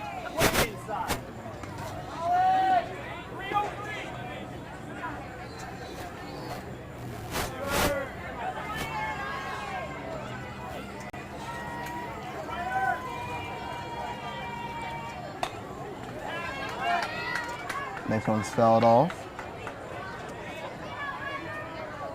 for Holyfield on the day. He's 2 for 2. Had a single and reached on an error in the first inning. And in the third inning, had a double. Looking to bring in a couple more runs. Hit that one down the third base side. And the third baseman, Ron, able to come up with that one. Net will score. And Holyfield is up at second. It is now 14-5 Southeast. And Rapp, who started the game as pitcher, can end it on a base hit and force that 10-run rule. Number 10. Schleight at third and Zanito at second. Or excuse me, Zanito at third and Holyfield at second.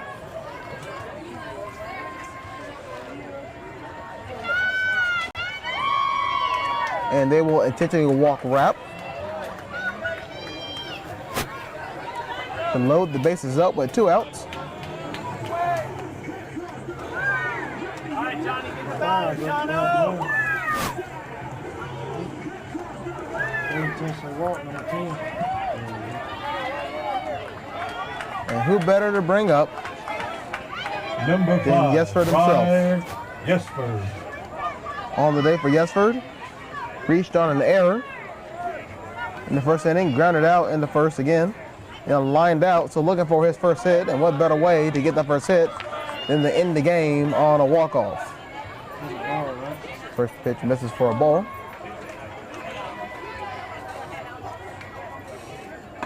He gets for lays off of that one.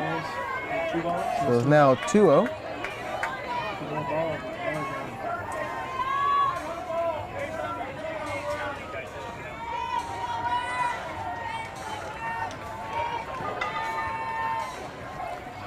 Next pitch is down low for ball 3.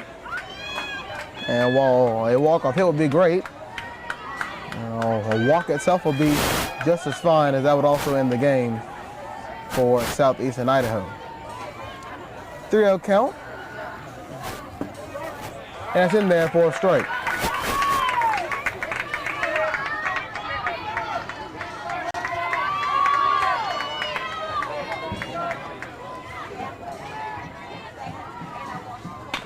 Gets for hit that one up the middle, bounce off the mound.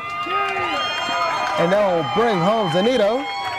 And that will end the game between Idaho and Southeast, as Idaho will win via the mercy rule 15-5 over Southeast. So Southeast dropping another game. Idaho avenging their loss from yesterday when they lost in a walk-off fashion, and they'll win in a walk-off fashion. So a great game by both teams, by Idaho picking up the win. And that will do it for us here in this game. Coming up next on CTVBeam and YouTube Live, it is the team from West Fargo, North Dakota in the Midwest Plains taking on your hometown Phenix City, Alabama team. That game coming up in approximately 30 minutes at 8 o'clock Eastern, 7 o'clock Central. So stay tuned here on YouTube Live and CTVBeam as we'll bring that game to you. For Southeast and Idaho, I'm Jared Diller bringing you the game. And in about 30 minutes, we'll be bringing you Midwest Plains and Phenix City.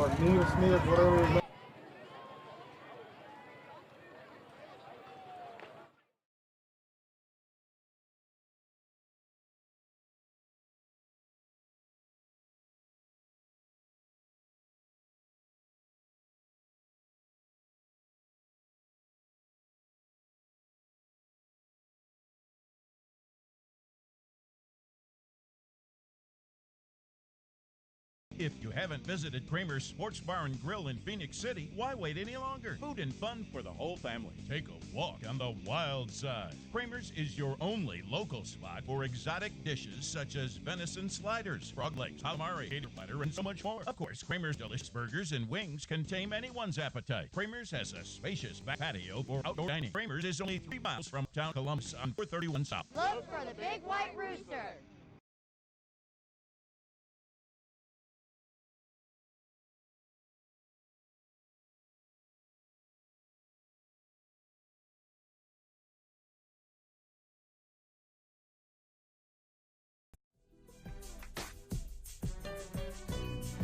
We're really excited to get to play in our backyard. Last year we went to the World Series and had to make quite the trip to get there. So being able to be here at home and play in front of our family and fans, it's pretty exciting. So kids have worked really hard, and we're just ready to start playing. You know, last year being able to play in a World Series, we told the kids it could be a once-in-a-lifetime opportunity to get to turn around and do it again, and then do it at home, where you can play in front of those family and friends and other kids that you play with or against. That's a once-in-a-lifetime opportunity. So I don't think anybody's taking it for granted, for sure. The game's fun. They're 10 years old. This is the funnest time of their life. They'll look back, and this will be one of their funnest moments at competing in the game of baseball. So you try to just make it simple. They pick each other up, they play hard, and they have fun. That's 3 basic things that we try to do. And winning and losing, you're going to do both. And so you try not to harp on either one of them too much. You do, and most of these guys we've been playing for 4 years together. So it's a good group of kids. I admire them because like Coach Matt said, I promise you, we send these kids, they're not in high school, but they practice like high school kids. We send them through a high school practice, and they've developed the habits, and I think that's one of the attributes to where we at today, is that they know how to play the game. And so you know, right now we're just looking forward to Thursday and going out there and representing Phenix City the best we can.